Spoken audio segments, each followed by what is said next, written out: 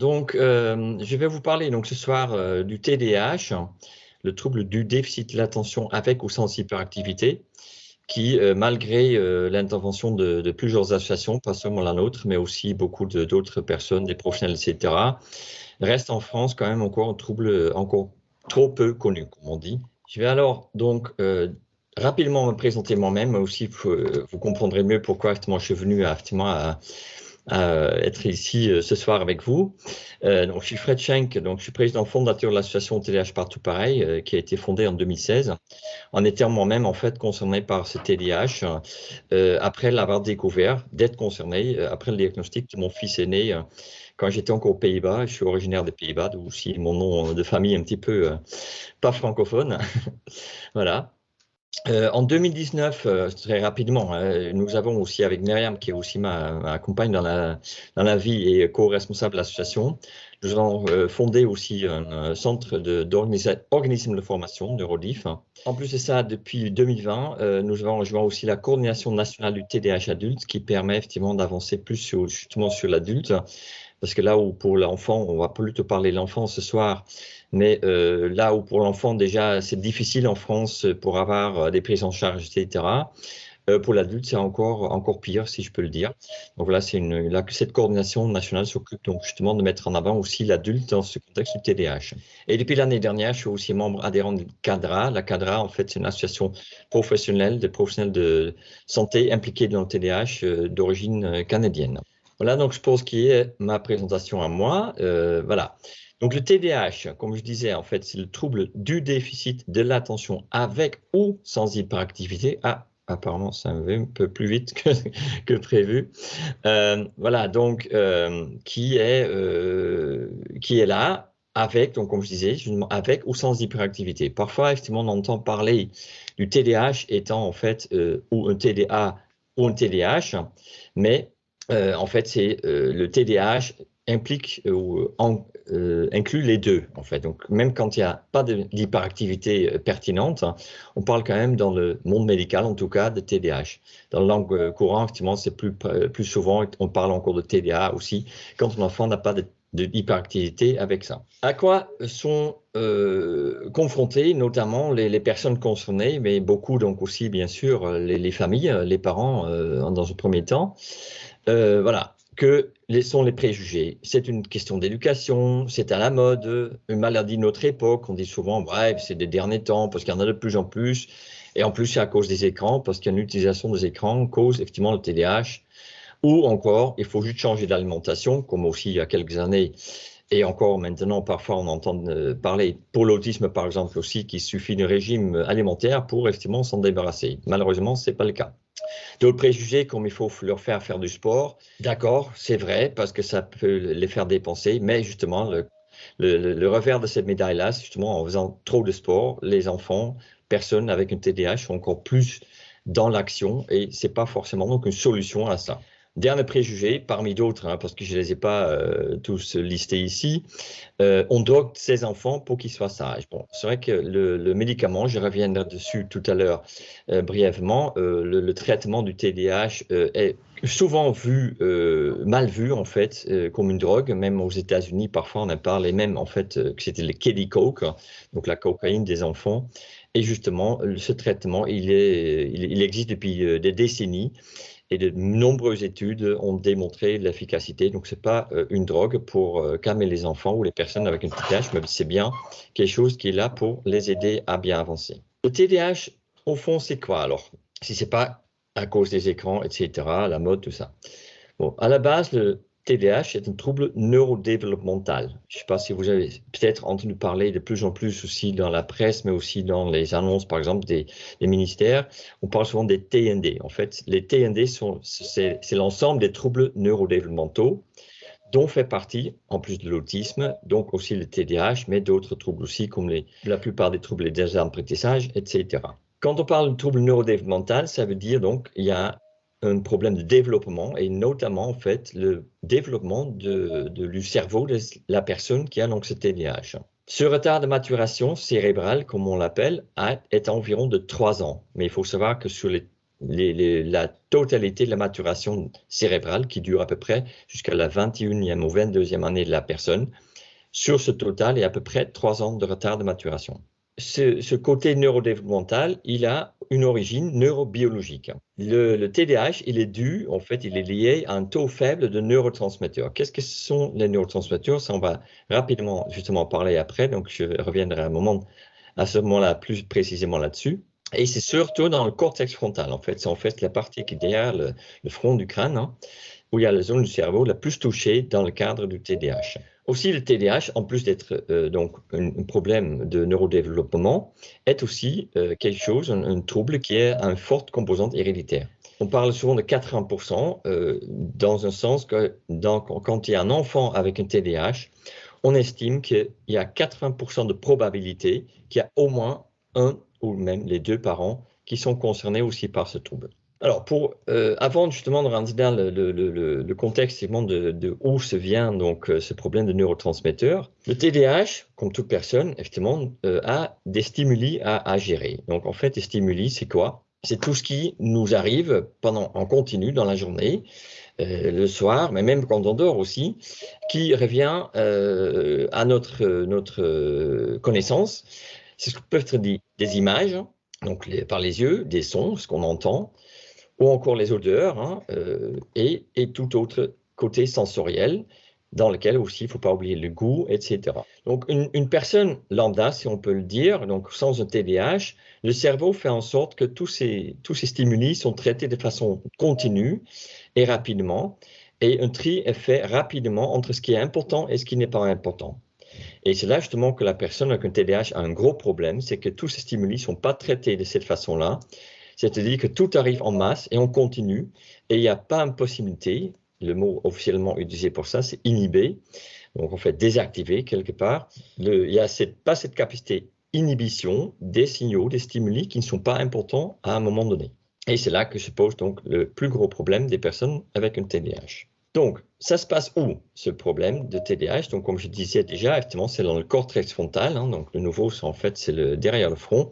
Comme vous voyez sur cette image, c'est qu'on appelle le lobe frontal. Dans ce cortex frontal, ils sont traités, justement, et là, vous allez comprendre déjà aussi pourquoi pas seulement l'attention est un phénomène qui est altéré, en fait, chez la personne TDAH, mais il y a beaucoup de choses qui sont justement traitées dans cette partie du cerveau. En plus, donc, l'attention, c'est la planification.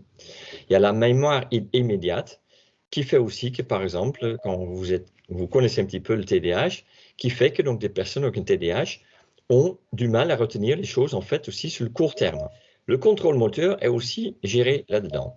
Et ce qui fait justement que le TDAH peut venir aussi avec un problème d'hyperactivité, justement par rapport à ce problème de contrôle moteur suffisant par rapport à ce qu'il ne faut pas ou justement faire.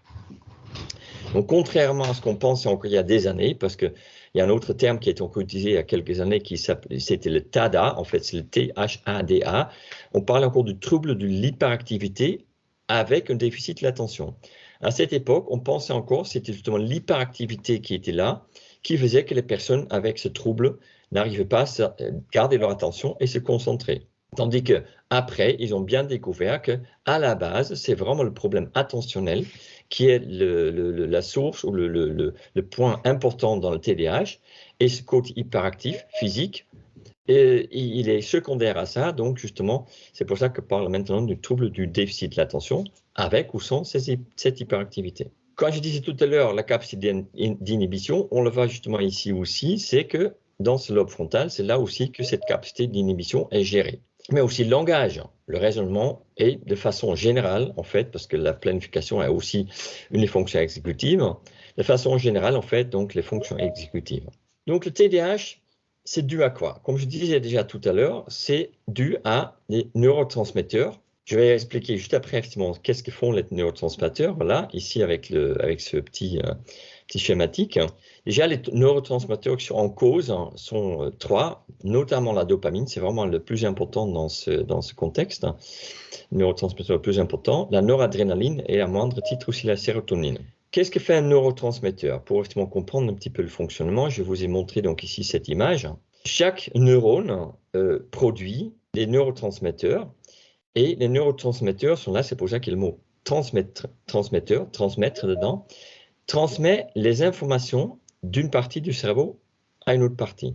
Ces neurotransmetteurs, moi je les appelle parfois en fait, ce sont des camionnettes de livraison d'informations, disons, avec des colis, pour les transmettre à des destinataires. Donc ils sont produits par les neurones et envoyés, qu'on appelle dans le terme médicaux, la synapse, qui est donc en fait sont les connexions entre les différents neurones. Là, je parle un petit peu plus clairement, ce sont les camionnettes en fait qui prennent les autoroutes pour aller de l'autre côté pour livrer effectivement les colis avec les informations qui étaient donc envoyées. Par contre, ce qui se passe aussi, bon, ne me demandez pas pourquoi, même dans les questions-réponses tout à l'heure, chaque neurone aussi a, comme on appelle ça en fait, des pompes de récapture. C'est-à-dire que parmi les neurotransmetteurs qui sont envoyés dans les synapses, les camionnettes sur les autoroutes, il y en a certains qui sont récupérés et qui reviennent dans le neurone. Étant donné que chez la personne TDAH, il y a donc un faible taux en fait de neurotransmetteurs dans les synapses, il y a donc un manque de suffisamment de passation d'informations par le biais de ces neurotransmetteurs qui fait que les différents symptômes qui vont avec le TDAH sont donc, apparaissent chez cette personne-là. Dans le TDAH, on parle de 3 formes cliniques. Auparavant, on parlait encore de sous-types, mais on a décidé en fait de ne plus parler de sous-types parce qu'en fait, c'est plutôt 3 formes cliniques. Et je reviens dans ce contexte aussi sur le côté impulsif.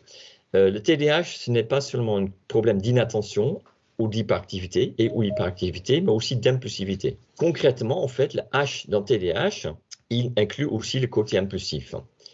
Bien sûr, pas chaque personne a la même façon un TDAH, la même sévérité, ou justement avec plutôt l'inattention ou autre. Donc, c'est pour ça qu'il y a 3 formes cliniques, comme on les appelle. On a des personnes qui ont une inattention prédominante, d'autres qui ont justement le côté hyperactif et impulsif en tant que prédominance, ou encore le type mix, en fait, où les personnes ont le tout, c'est-à-dire donc l'inattention, l'hyperactivité, l'impulsivité. Là aussi encore, il ne faut pas penser que du coup, dans toute situation, les différents symptômes apparaissent. Tout dépend aussi vraiment de la situation elle-même, notamment bien sûr les distractions possibles. Moins qu'il y a de distractions possibles, mieux que même un enfant TDAH peut garder son attention et sa concentration. Et c'est un petit peu aussi suivant les lieux, suivant les moments de la journée. Donc, ça peut varier. Donc, aussi, quand on dit un enfant qui a un TDAH, quand il vient chez un médecin, par exemple, pour un diagnostic, et le médecin dit « Ah bah oui, mais pendant les 20 minutes de l'entretien, en fait, il est resté sans bouger sur sa chaise, donc il ne peut jamais avoir un TDAH parce qu'il n'a pas été hyperactif », ça, c'est donc un préjugé quelque part aussi. C'est une conclusion trop rapide parce que, dans certaines situations, des personnes avec un TDAH peuvent très bien garder aussi leur calme, ne pas être en train de bouger tout le temps, etc. Et c'est pareil pour l'inattention. Concrètement, vu que justement il y a des neurotransmetteurs qui sont en cause, comme je parlais tout à l'heure aussi la dopamine, et je ne sais pas si vous le savez, mais la dopamine aussi, comme on l'appelle en fait, l'hormone de plaisir. Donc quand on trouve du plaisir dans quelque chose, une motivation, on crée, en fait, le cerveau crée plus de dopamine. Donc c'est ça qui fait aussi que plus un enfant est motivé, ou une personne, plus un enfant est intéressé par un sujet, par exemple à l'école, plus cette personne, cet enfant peut donc du coup quand même garder son attention, même avec un TDAH, parce qu'il y a une sorte d'autorégulation avec la dopamine qui augmente, qui permet de compenser ce manque de neurotransmetteurs. Bon, ça c'est un exemple parmi d'autres. Parce que bon, ça c'est bien, ok, le TDAH, c'est un problème d'attention, concentration, hyperactivité, impulsivité, mais pas que, malheureusement. Le TDAH vient avec plein d'autres choses qui sont liées à ces différents symptômes.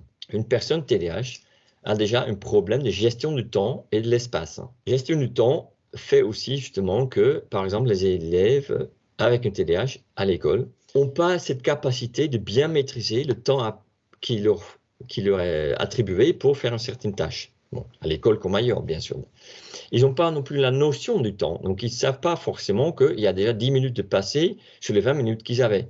Peut-être qu'ils pensent qu'en fait, qu'ils sont qu'à 5 minutes et ils ont encore largement le temps de finir. Aussi, un problème de gestion de la motivation. Comme je disais tout à l'heure, la motivation étant quelque chose qui augmente la dopamine, Mais dans l'autre sens aussi, si justement un enfant ou une personne avec une TDAH n'est pas motivé, n'est pas intéressé par un certain sujet, ça peut même aller dans l'autre sens. Et la personne est encore plus distraite et aura encore plus de difficulté de tenir attentionnée et en place aussi, surtout avec l'hyperactivité. Une difficulté face à l'effort. Bon, ça c'est plutôt un phénomène secondaire.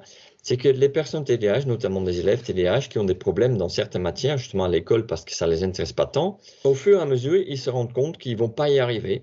Et donc, ils sont de plus en plus embêtés pour même commencer une tâche parce qu'ils savent qu'ils doivent livrer un énorme effort et qu'ils ont, avec le problème de gestion du temps aussi, toujours de toute façon des difficultés pour finir les tâches dans les temps qu'ils ont donnés par rapport aux autres élèves, etc. Donc, il se peut que même donc, des personnes, un enfant de TDAH, refuse même, par exemple, de commencer même un certain exercice parce qu'il dit « je n'y arriverai pas de toute façon, donc je préfère encore ne pas le faire que de mal le faire ». Comme je disais, le TDAH va toujours avec un trouble des fonctions exécutives, ça c'est évident, parce que c'est justement de la partie du cerveau qui est concernée qui traite ces fonctions exécutives. En revanche, des personnes qui ont un trouble d'une ou plusieurs fonctions exécutives n'ont pas forcément TDAH. Ça ne va pas dans ce sens. Un dernier point, c'est aussi que les personnes TDAH ont une difficulté à gérer les émotions. Ça peut aller dans les deux sens d'ailleurs. Ça peut être la colère qui peut être excessive, mais aussi la tristesse, la déception, etc. Tout est en fait amplifié chez la personne TDAH dans ce contexte-là. Et la liste n'est pas encore terminée. Les difficultés de comportement qui sont liées aussi à TDAH. Et c'est donc pas forcément un problème d'éducation ou de cadrage de la personne, non, c'est vraiment lié justement à ces problèmes qui sont liés directement avec le TDAH. Mais aussi dans les habiletés sociales. Les personnes TDAH n'ont pas forcément ces capacités de bien s'adapter à la situation sociale dans laquelle elles se trouvent, ou s'adapter, etc. Des difficultés de sommeil. Là aussi, encore pas plus tard qu'hier, dans une formation, on en a discuté autour de ce sujet-là aussi. Beaucoup de personnes avec le TDAH ont aussi des difficultés de sommeil, mais aussi des difficultés de sommeil, il faut savoir, peuvent engendrer, dans certains cas, aussi chez les personnes qui n'ont pas du tout de TDAH, évidemment, des problèmes d'attention, parce que plus qu'on est fatigué, plus on a des problèmes de garder sa concentration. Donc, quelque part, ça peut être un engrenage, hein, mais il faut, et je viendrai tout à l'heure dessus aussi sur le diagnostic, il faut quand même exclure qu'il n'y a pas un réel problème, un réel trouble du sommeil qui fait que les symptômes de problèmes d'inattention apparaissent plutôt que ce soit vraiment donc le TDAH. Les personnes TDAH ont aussi une grande fatigabilité à cause du problème de toujours devoir livrer plus d'efforts que les autres pour maintenir leur attention, pour faire les tâches qui leur sont demandées. Donc voilà, si déjà les difficultés de sommeil, en plus on se fatigue plus facilement, vous comprendrez que ça devient de plus en plus difficile de gérer tout ça. Alors, bon, ça c'est un petit peu le tableau clinique, si je peux le dire. Quelles sont les conséquences? Bon, je suppose que dans le public ce soir, il y a surtout des personnes avec déjà des enfants ou des personnes qu'ils connaissent avec ce problème. Et évidemment, la vie de famille est fortement impactée. Avec ces problèmes de sommeil, c'est l'enfant qui dort peu ou mal, mais qui a aussi des besoins intensifs. Malgré qu'en fait cette personne ou l'enfant justement a un problème d'attention, c'est l'enfant qui demande justement beaucoup d'attention. En fait, il pense que tout le monde doit être là pour lui et le moment venu, donc tout de suite, plutôt que d'attendre son tour. Et c'est aussi l'enfant qui est toujours à surveiller par son impulsivité, son hyperactivité. On entend souvent, par exemple, citer des parents l'exemple du parking, du grand surface. Voilà, l'enfant descend tout de suite la voiture, commence à courir vers le magasin, tandis que maman ou papa doit encore chercher une caddie, etc. Donc, c'est difficile pour les parents de garder les yeux partout pour les surveiller. Et aussi, une fois dans le magasin, de ne pas les perdre parce qu'ils ont peut-être quelque chose en tête qu'ils veulent les regarder et partent à la recherche eux-mêmes dans ce magasin. Mais aussi, donc, cette impulsivité de l'enfant fait que donc il coupe la parole, ne prend le temps de réfléchir avant d'agir, ne tient pas en place. Des enfants qui, une fois qu'ils ont fini leur assiette, ne veulent plus rester à table parce que ça dure trop longtemps, ils ont envie de bouger, etc. Donc, ça peut effectivement impacter aussi la situation à table, mais dans d'autres situations dans la famille. Il n'y a pas la notion de danger, comme je disais tout à l'heure. Hein.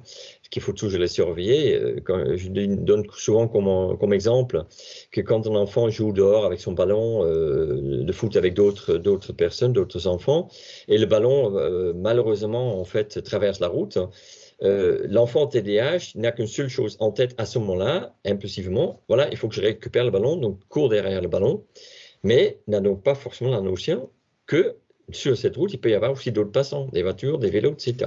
Les dernières phrases le résument en fait beaucoup ou très bien. C'est en fait, ça génère donc énormément de stress pour toute la famille, aussi bien les parents que d'autres enfants de la fratrie qui ne sont pas forcément impactés, bien que l'hérédité fait que souvent il y a dans la fratrie d'autres personnes aussi. Mais voilà, ça met quand même un petit peu la chose dans son contexte.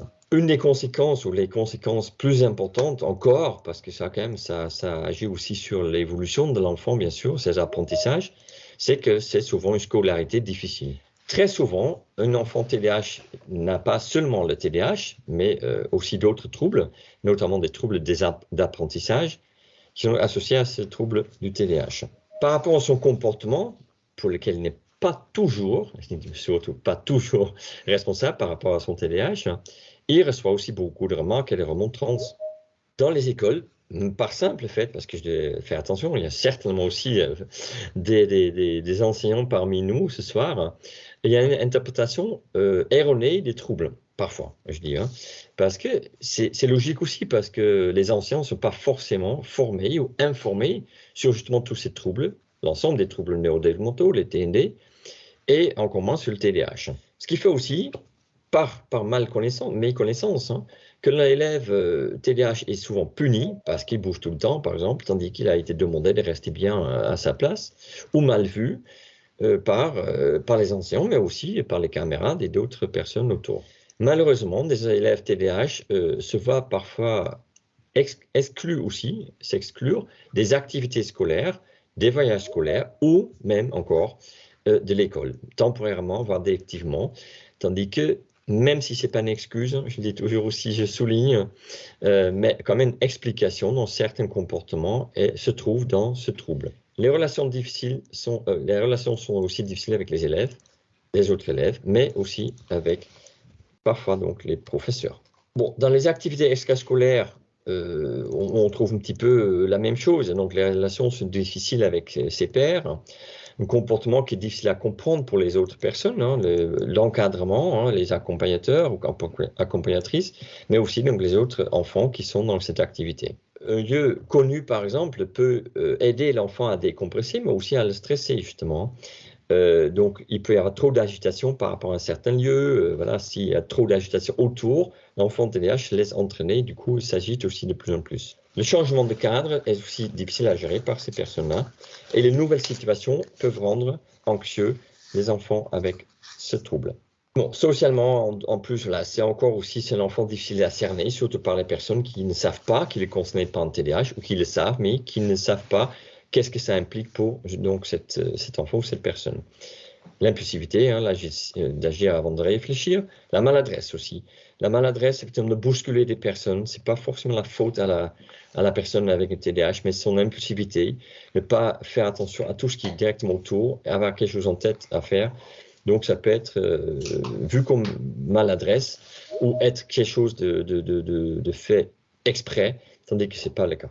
Donc attention effectivement ces choses-là. Bon, ça c'est effectivement donc après donc le tableau clinique et effectivement qu'est-ce que ça engendre encore en plus de seulement donc ces symptômes principaux.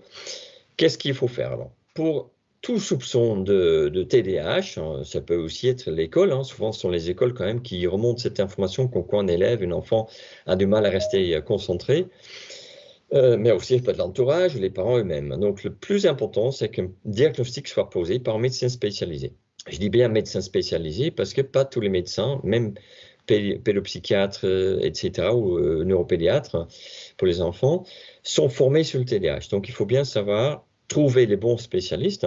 C'est pas évident, bien sûr, pour les parents, et c'est pour ça que des associations comme nous aussi tenons souvent, donc nous on en a aussi une liste de professionnels dont on sait qu'ils sont formés sur le TDAH, souvent par connaissance ou par un réseau, mais notamment par les parents justement qui nous donnent l'adresse des médecins qui ont été rencontrés et qui ont été identifiés comme étant spécialistes du TDAH. Donc ça, c'est important d'avoir déjà ce diagnostic. Comme pour tout le monde, mais encore plus, mais vraiment beaucoup plus pour une personne avec un TDAH, c'est avoir une bonne hygiène de vie, c'est surtout avoir un bon sommeil, mais comme je dis souvent aussi, et presque très souvent, un sommeil très régulier aussi, c'est-à-dire que de se coucher vraiment à la même heure tous les jours, se lever à la même heure, et même, oui, et même aussi les week-ends et les vacances, pas de décaler de plus d'une heure par exemple, ce genre d'horaire, parce que plus qu'on décale ça, plus ce sommeil il va être perturbé, et pour la personne TDAH, c'est vraiment quelque chose qui peut engendrer de plus en plus de problèmes. Évidemment, l'alimentation équilibrée, pas non plus dire que voilà, il faut éviter tout sucre, les additifs, les colorants, etc. Parce que de nombreuses études, moi j'avais quelques slides là-dessus, mais ça aurait pris trop long de les montrer. Mais non, une alimentation normale, voilà, parce que les additifs, les colorants, le sucre, etc. Ça n'a pas plus d'effet sur une personne avec TDAH que quelqu'un qui ne l'a pas. Donc c'est pas non plus en supprimant tout ça que du coup le problème est réglé. Quand même une activité physique régulière. Mais par exemple, justement pas trop tard le soir, parce que ça va donc du coup encore avoir un effet sur l'endormissement de l'enfant au moment qu'il doit en fait justement se coucher. S'il a fait du sport une heure avant, justement, il aura encore plus de mal à s'endormir. Donc ça, c'est ce qui était sûr à faire. Bon, qu'est-ce qu'il y a à mettre en place? Bon, bien sûr, c'est surtout le médecin qui va poser le diagnostic, qui va déterminer ce qu'il faut mettre en place. Mais il n'y a pas que ça. Il n'y a pas non plus un besoin d'avoir le diagnostic avant déjà de mettre des choses en place. Il faut malheureusement aussi les délais d'attente pour ces rendez-vous, pour faire le processus, hein, les rendez-vous, les entretiens, etc., et éventuellement quelques bilans, sont longs, sont très longs. Mais si on a déjà de fortes suspicions qu'il y a un TDAH, il y a des choses qu'on peut déjà mettre en place, notamment justement la psychoéducation de la famille. Donc c'est l'explication du trouble. Donc là, tout thérapeute ou différents professionnels de santé peuvent déjà expliquer ce que c'est le trouble. Mais aussi des associations comme nous, par les groupes Facebook par exemple, nous faisons souvent ce genre de choses. On explique à des personnes, nos modérateurs, mais aussi les autres membres du groupe, expliquent justement ce que ça engendre comme chose, ce trouble, et qu'est-ce que c'est exactement. Ce qui est possible aussi à mettre en place déjà, avant même un diagnostic, c'est la guidance parentale. Il existe un programme, vous connaissez peut-être, c'est le programme, la méthode Barkley. Ça a été développé par Russell Barkley, un Américain, psychologue américain qui est très connu dans le monde du TDAH, qui a donc mis en place ce programme. C'est un programme avec une dizaine d'étapes.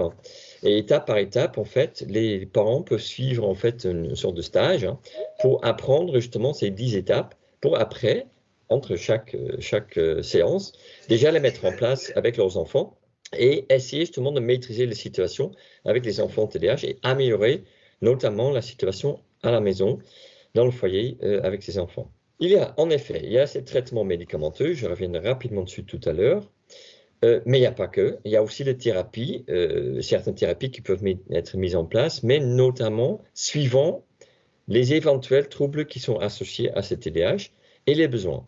Donc, pas tout enfant aura coûte que coûte besoin de traitement médicamenteux, non.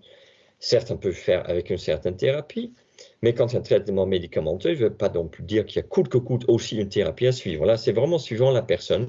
Comme je dis toujours, il y a autant de différentes formes de TDAH qu'il y a personnes qui l'ont. Évidemment, il y a aussi possibilité, et c'est même fortement conseillé, de faire des aménagements dans la scolarité notamment, et plus tard dans la vie, adapter sa profession à justement ce trouble. Voilà, une personne TDAH avec un fort hyperactivité, je le vois mal moi par exemple, et je pense que c'est aussi quelque chose que les personnes diraient elles-mêmes, un métier assis derrière un bureau toute la journée, 5 jours par semaine, et toute l'année, voilà, avec une hyperactivité, ça va être assez difficile. Donc, une profession, une certaine profession, surtout une profession aussi qui fait plaisir. Voilà, c'est encore le problème, le souci de la dopamine, mais il faut justement voir une profession qui va bien avec ce trouble, mais aussi justement avec ce qu'on a envie de faire surtout. Les traitements médicamenteux. Le fonctionnement de ces traitements médicamenteux qui existent. De façon générale, tous ces traitements, parce qu'en France, il n'y en a pas beaucoup, contrairement à l'étranger, permettent d'augmenter les taux des neurotransmetteurs en cause. Donc, je vais parler tout à l'heure, hein, dans la dopamine, noradrénaline et la sérotonine, Et plus concrètement, en fait, le méthylphénidate, qui est noté ici, ou que mentionné, c'est un médicament qui inhibe, qui stoppe, qui arrête les pompes de récapture, si vous vous rappelez que j'ai expliqué tout à l'heure. Donc, ce ne sont pas des médicaments qui produisent des neurotransmetteurs, parce que les neurotransmetteurs sont les neurones qui les produisent. Mais les médicaments font en sorte qu'il y en a plus qui vont en fin de compte dans les synapses pour arriver avec les informations à passer dans les autres parties du cerveau, qui atteignent, donc c'est le taux de neurotransmetteurs, à peu près un taux normal, mais là aussi ça dépend donc de la situation, la sévérité, et c'est pour ça aussi que souvent, il faut un certain temps pour la mise en place de ces traitements pour trouver le dosage qui est optimal pour la personne qui le prend. Parce que pour certaines personnes, un petit dosage peut déjà faire l'affaire, tandis que pour d'autres, il faut beaucoup de dosage. Même, il se peut qu'un adulte avec un faible TDAH peut faire avec moins de dosage qu'un enfant avec un très fort TDAH qui a besoin de plus. Bon, comme je disais, donc, en France, c'est surtout méthylphénidate qui est utilisé, qui existe dans différentes formes. Comme on appelle en fait la libération immédiate, c'est un comprimé qui se dissout tout de suite, donc en fait un effet direct, mais aussi de courte durée, de 3 à 4 heures. Et d'autres, comme par exemple la Ritaline LP, comme on l'appelle, libération prolongée, les Quasim ou Médicénète, qui ont une durée de 6 à 8 heures. Et après, encore le Concerta, toujours avec le méthylphénidate, c'est la molécule, qui dure 10 à 12 heures en termes d'effet sur les symptômes. Sinon aussi, il y a l'atomoxétine, connue sous le nom de Strattera, qui peut être utilisée aussi en France, mais seulement dans une situation spécifique où en fait le méthylphénidate s'est montré inefficace ou intoléré par la personne. Les effets de ces médicaments sont donc par le biais de l'augmentation des taux de neurotransmetteurs dans les synapses, et c'est une amélioration de l'attention. Ça permet à la personne plus facilement de maintenir donc aussi sa concentration. Mais vu que aussi dans la partie du cerveau où va agir ce traitement, était contrôler le contrôle moteur, l'hyperactivité va aussi baisser en même temps que l'hyperactivité cérébrale qu'il a. D'ailleurs, contrairement à l'hyperactivité physique, l'hyperactivité cérébrale toujours présente chez les personnes avec un TDAH. Mais aussi, ça va diminuer donc l'impulsivité. Bien sûr, ça ne va pas réduire les 3 symptômes, si les 3 sont présents chez la personne, de façon équitable. C'est là aussi, justement, il faut jouer un petit peu avec les dosages et définir qu'est-ce qui est le plus important à obtenir. Est-ce que c'est l'hyperactivité qui doit être vraiment diminuée un maximum ou c'est plutôt l'inattention, etc. Bon, évidemment, les résultats secondaires, en fait, de ce traitement, par rapport justement à ça aussi, que la personne, en fin de compte, va mieux rester en place, parce qu'il y a moins ce besoin de bouger ou de tripoter quelque chose. D'ailleurs, je n'arrête pas de le faire avec mon stylo dans la main, vu que mon traitement commence à finir son effet. Mais donc, du coup, les enfants, les personnes ont moins d'efforts à donner pour exécuter les tâches, et donc, lié à ça aussi, seront moins rapidement fatigués, arrivent aussi à mieux gérer les émotions parce que l'impulsivité a aussi été baissée, et sont plus réceptifs tout simplement à l'éducation et les thérapies mises en place. Comme je disais tout à l'heure, quand il y a un traitement médicamenteux, il n'y a pas forcément besoin de thérapie, mais il faut savoir aussi, certaines thérapies demandent aussi à la personne, l'enfant, d'être très intentionné et d'être dans la situation. Beaucoup de thérapies peuvent en fait ne plus arriver à leur objectif parce qu'il manque justement ce traitement qui est la base et qui devrait quand même être mis en place avant que les thérapies, elles aussi, soient efficaces et donnent un bénéfice. Bon, la médication, moi, rapidement, je pense que là, j'arrive dans les 3 derniers slides. Il y a une polémique, je le disais tout à l'heure déjà. Voilà, il y a des préjugés par rapport aux médicaments, que soi-disant on en prescrit beaucoup trop aux États-Unis, au Canada, etc. On l'a dit aussi en France, mais rien n'est vrai de tout ça. C'est vrai qu'il y a des variations larges des approches en France, mais là aussi, c'est une question de manque de formation de l'information, même aussi du monde médical. Il y a une mauvaise presse. On dit effectivement que justement, ces médicaments, ça augmenterait le risque d'addiction à des drogues, qu'on devient drogué justement quand on a pris ces médicaments. Et justement, le contraire est vrai. De nombreuses études démontrent justement, pour des personnes avec un TDAH, la prise de ce traitement permet justement de ne pas tomber dans des addictions, pas seulement la drogue, mais aussi des addictions, par exemple, au tabac ou à l'alcool. Voilà, donc il y a des préjugés autour de ces traitements, ce qui est dommage parce que beaucoup d'enfants, mais aussi des parents, sont confrontés donc à des préjugés ou des jugements par rapport qui donnent des traitements à leurs enfants.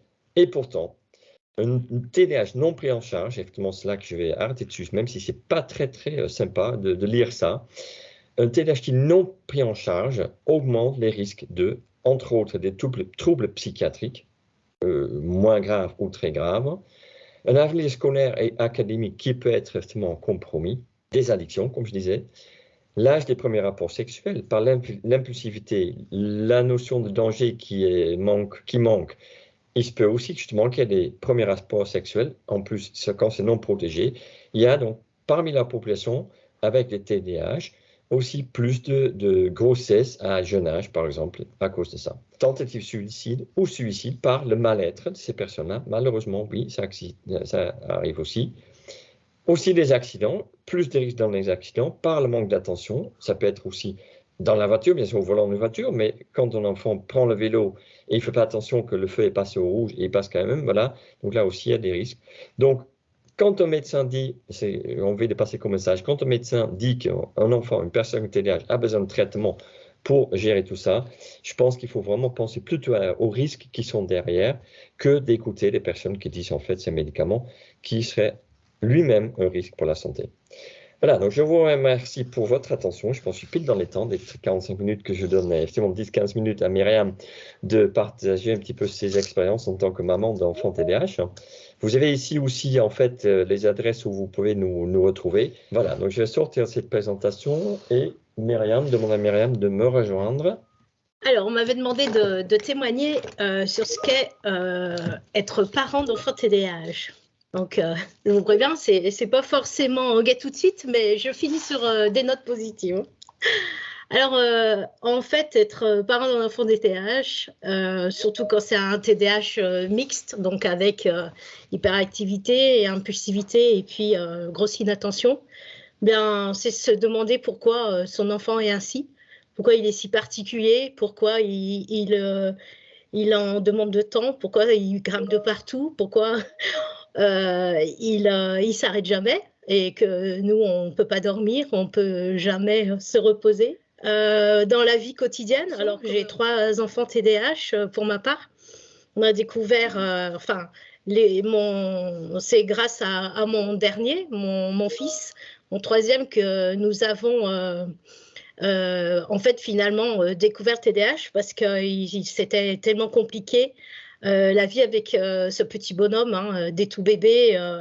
Il s'arrêtait jamais, il grimpait de partout. On avait même dû enlever les barrières de sécurité qui étaient entre les 2 étages parce que c'était encore plus dangereux parce qu'il montait dessus.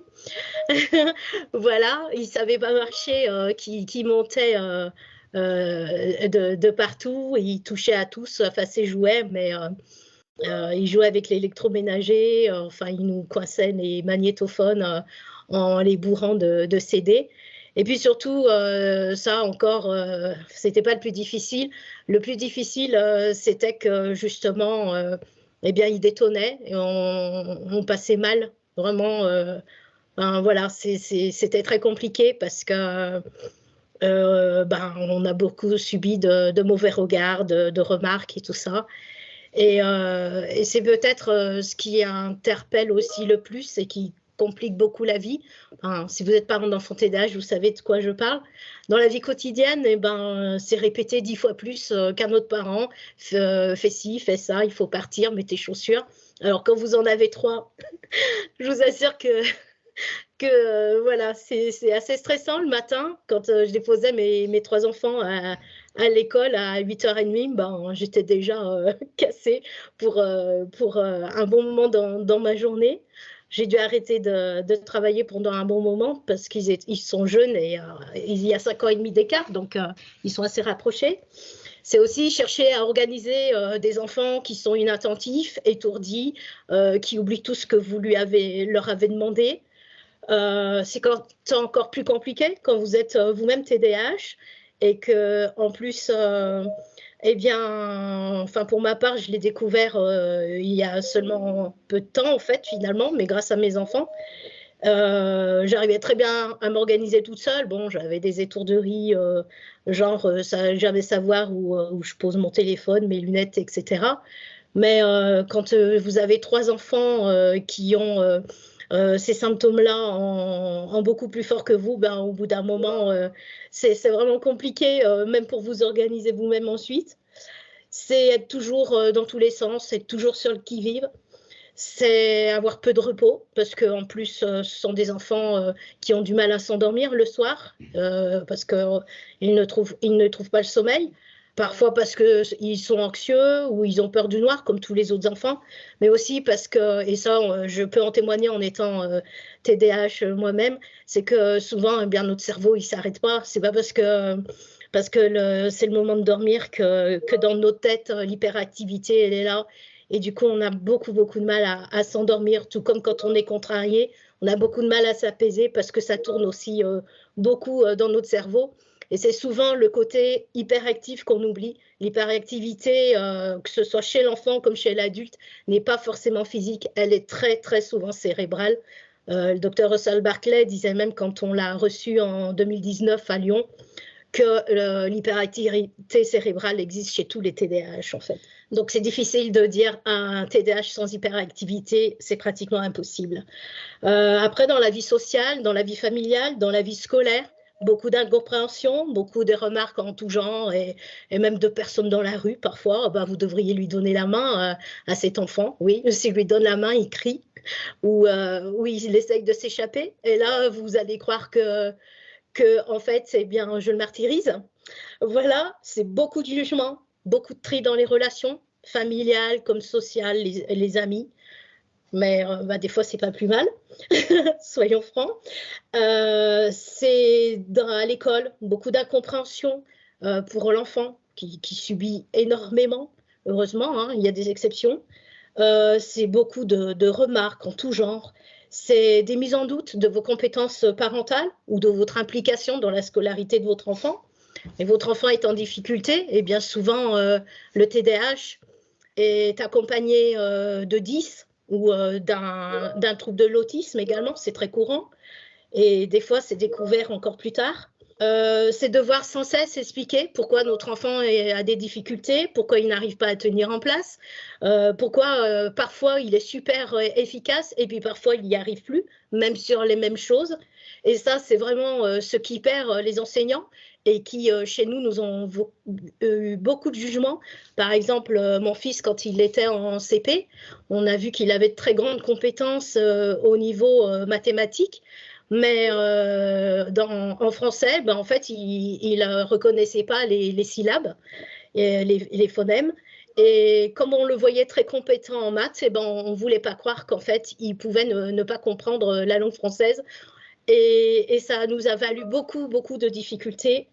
C'est aussi pour ma deuxième, qui a aussi un très haut potentiel, quand elle a voulu, quand elle a eu besoin d'un saut de classe, qui a été forcé par l'inspecteur de l'académie et le médecin scolaire, bien en fait, les enseignants nous ont pris en grippe, ma fille et moi, en nous disant, bah oui, c'est vrai, elle a haut potentiel, mais elle est TDAH, donc elle ne mérite pas ce saut de classe, alors que finalement, malgré tout le harcèlement scolaire qu'elle a vécu de la part de son professeur, et la phobie scolaire qui a suivi, eh bien, elle a suivi sa scolarité sans problème et elle a toujours eu d'excellents résultats, même en parfois faisant seulement 1 mois et demi de sa scolarité, parce qu'il faut le dire, elle s'en est jamais remise et elle a dû prendre la vie active à 16 ans parce qu'elle avait été cassée par ce professeur lors de son CM1. Après, voilà, c'est beaucoup de noirceur, on va dire. On peut aussi parfois devoir toujours expliquer pourquoi notre enfant a agi comme ci ou comme ça. Eh bien, passer pour le parent qui l'excuse tout le temps. Non. On essaye juste d'expliquer pourquoi notre enfant a ces difficultés-là, parce que nous-mêmes, en tant que parents, on a dû chercher à le comprendre en se renseignant, en consultant des médecins, en consultant des thérapeutes, grâce à toutes les prises en charge.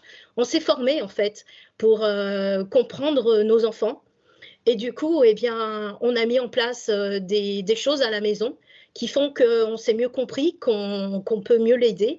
Et du coup, ben, toutes ces avancées-là qu'on a dans la vie de famille, il faut le dire, peuvent vraiment aider dans la vie scolaire. Et j'ai souvent entendu dire que l'enfant n'est pas pareil à l'école qu'à la maison. C'est faux, c'est le même enfant. Oui, c'est dans un autre contexte, mais les choses qu'on a pu mettre en place à la maison peuvent se transposer dans le sein de l'école, en fait.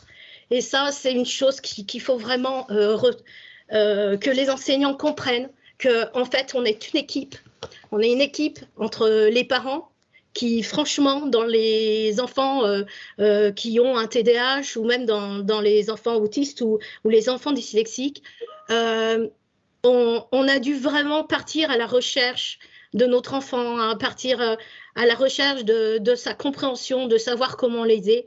Et donc, on est des atouts pour faire de cette équipe scolaire, médicale et familiale une vraie équipe pour le bien-être et le bienfait de l'enfant. Et il faut vraiment qu'on se mette à avancer tous ensemble dans ce sens-là. Après, ben, un autre côté que vous connaissez sans doute, c'est vivre entre dossiers, réunions et prise en charge. C'est compliqué, c'est lourd, c'est bouleversant, c'est épuisant, mais c'est aussi très riche. Parce que, comme je l'ai déjà dit, on part à la recherche de nos enfants, on cherche à les comprendre, on apprend énormément grâce à eux, on grandit avec eux. Moi, pour ma part, j'étais une maman très timide. Ben, j'ai appris à prendre de l'assurance, à pouvoir être là à leur côté constamment, même si des fois moi-même j'en pouvais plus, j'étais fatiguée. Mais voilà, j'ai dû puiser dans des ressources que je ne m'imaginais pas forcément. Et oui, ils m'ont aidé vraiment à grandir. Moi, je les remercie pour leur différence, parce qu'ils m'ont aidé, même si déjà j'avais beaucoup de bienveillance et d'empathie envers les gens, ils m'ont aussi appris à encore mieux comprendre que la différence, c'est une chance, c'est une force, et qu'il faut savoir respecter ce qu'on ne comprend pas, parce que justement, tant qu'on ne vit pas les mêmes situations, la situation est difficile à comprendre, mais du coup, si on ne comprend pas, soit on cherche à le faire, soit on se tait, ou en tout cas, on ne juge pas. C'est aussi s'adapter les uns aux autres, entre membres de la famille, parce que même en étant tous TDAH, on est tous différents quand même, et donc on apprend à respecter la différence de l'autre, on apprend à vivre avec, c'est rechercher nos solutions. On doit en trouver d'autres parce qu'on ne va pas forcément aller dans les chemins qu'on nous destine ou on ne va pas rentrer dans les cases, mais ça va nous rendre vraiment ingénieux à chercher toujours d'autres solutions, d'autres parcours. Avec mes 3 enfants, tous sont passés par à un moment donné de scolarité à domicile ou de plus pouvoir aller à l'école. Ben, on a dû sortir des sentiers battus, mais on y est arrivé. Mon fils avait 4 ans et demi quand on a commencé à découvrir ses difficultés. Il a aujourd'hui 14 ans. Ses grandes sœurs ont 16 et 20 ans. Eh bien, on a réussi à trouver pour chacun un parcours, même s'il a fallu chercher plein de fois toutes les directions possibles. On y est arrivé. Donc, croyez en vous, chers parents, vraiment. On en est tous capables. Et puis voilà, ça nous rend plus forts, véritablement. C'est difficile à croire quand on est en plein dedans et dans les difficultés, mais je peux en témoigner pour vous aujourd'hui. Et puis surtout, ben, ça change notre vie. Pour ma part, ben, c'est après une enquête sociale qui avait été faite ben, justement quand mes 2 enfants étaient en difficulté, lorsque mon fils était en CP et ma fille est tombée en phobie scolaire.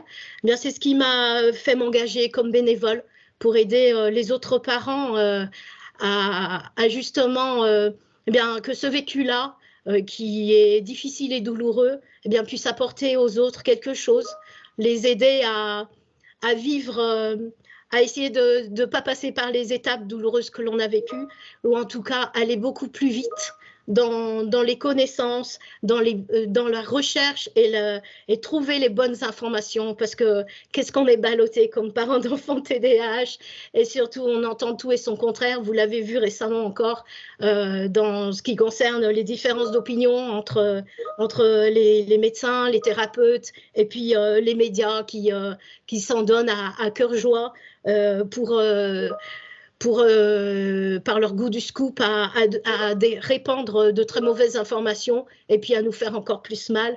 et à vraiment faire que nous rendre la tâche encore plus difficile, parce qu'à chaque fois qu'on arrive à défaire un petit peu quelques fausses idées, eh bien, il faut qu'ils remettent la recherche par derrière.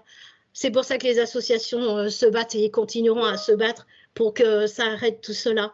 Et puis, grâce au bénévolat ou grâce à d'autres engagements, il y a d'autres solutions. Eh bien, on se construit des nouvelles relations, des nouveaux amis, presque, oui, une nouvelle famille.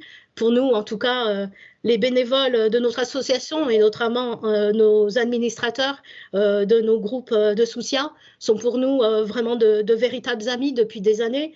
On est en contact quotidien les uns avec les autres pour justement être là pour vous en soutien. On n'est jamais seul, on est toujours là à s'entraider. Et c'est devenu nos nouveaux amis, presque notre nouvelle famille en fait. Et puis voilà, la vie sociale se reconstruit peu à peu et avec des personnes qui seront plus à l'écoute, plus bienveillantes et qui justement seront là pour nous aider, même s'ils ne comprennent pas, mais être toujours à nos côtés. Et puis chez énormément de parents, eh bien, c'est aussi ce qui incite parfois à une reconversion professionnelle. On en a énormément qui deviennent coachs parentaux ou qui reprennent des études, ou des thérapeutes qui du coup se forment encore plus fort parce qu'ils se rendent compte combien ils ont besoin en fait de pouvoir mieux nous aider. Et ça, on les en remercie. Des enseignants formidables aussi qui font cette démarche-là, et de plus en plus d'écoles qui nous demandent d'intervenir ou qui nous demandent de la documentation ou de la sensibilisation. Pour nous, avec Fred, ça a été bien en fait créer notre organisme de formation sur le TDAH et les troubles neurodéveloppementaux. Et voilà, mes enfants, grâce à tout ça, eh bien, ils ont enrichi ma vie, ils ont changé ma vie professionnelle. Il y a encore 10 ans de ça qui m'aurait dit qu'aujourd'hui je serais directrice et organisatrice de formation sur les troubles neurodéveloppementaux. Je vous aurais ri au nez, j'aurais dit c'est impossible. Et voilà, c'est ce qu'on a fait et c'est ce que vous pouvez tous faire à un moment donné, c'est reconstruire sur les nouvelles bases que en fait ce trouble-là aura mis dans votre vie. Voilà. Maintenant, je pense qu'on va passer aux questions-réponses. Je laisse les organisateurs voir tout cela. Merci à vous. Merci beaucoup, Fred et Myriam. Merci beaucoup de ce témoignage qui sent le vécu. Je pense qu'on a tous ici des choses à dire sur nos enfants ou nous-mêmes. Par contre, la plus belle chose à dire, c'est qu'ils nous apportent beaucoup et qu'on apprend tous les jours avec eux et qu'ils sont absolument passionnants. Très fatigant, mais passionnant, et qu'on n'est jamais déçu. Il y a effectivement toute une série de questions alors qui traitent plus spécifiquement du début. Donc ça, c'était pour Fred, effectivement. Donc c'était par exemple, quels seraient, alors je dis à peu près dans l'ordre, hein, quels seraient les éléments déclencheurs des TDAH? Une question sur le temps passé devant les écrans, est-ce qu'il augmenterait est-ce que ce serait un facteur majeur d'aggravation? Une question sur quels seraient les autres moyens que la médicalisation pour aider une personne diagnostiquée.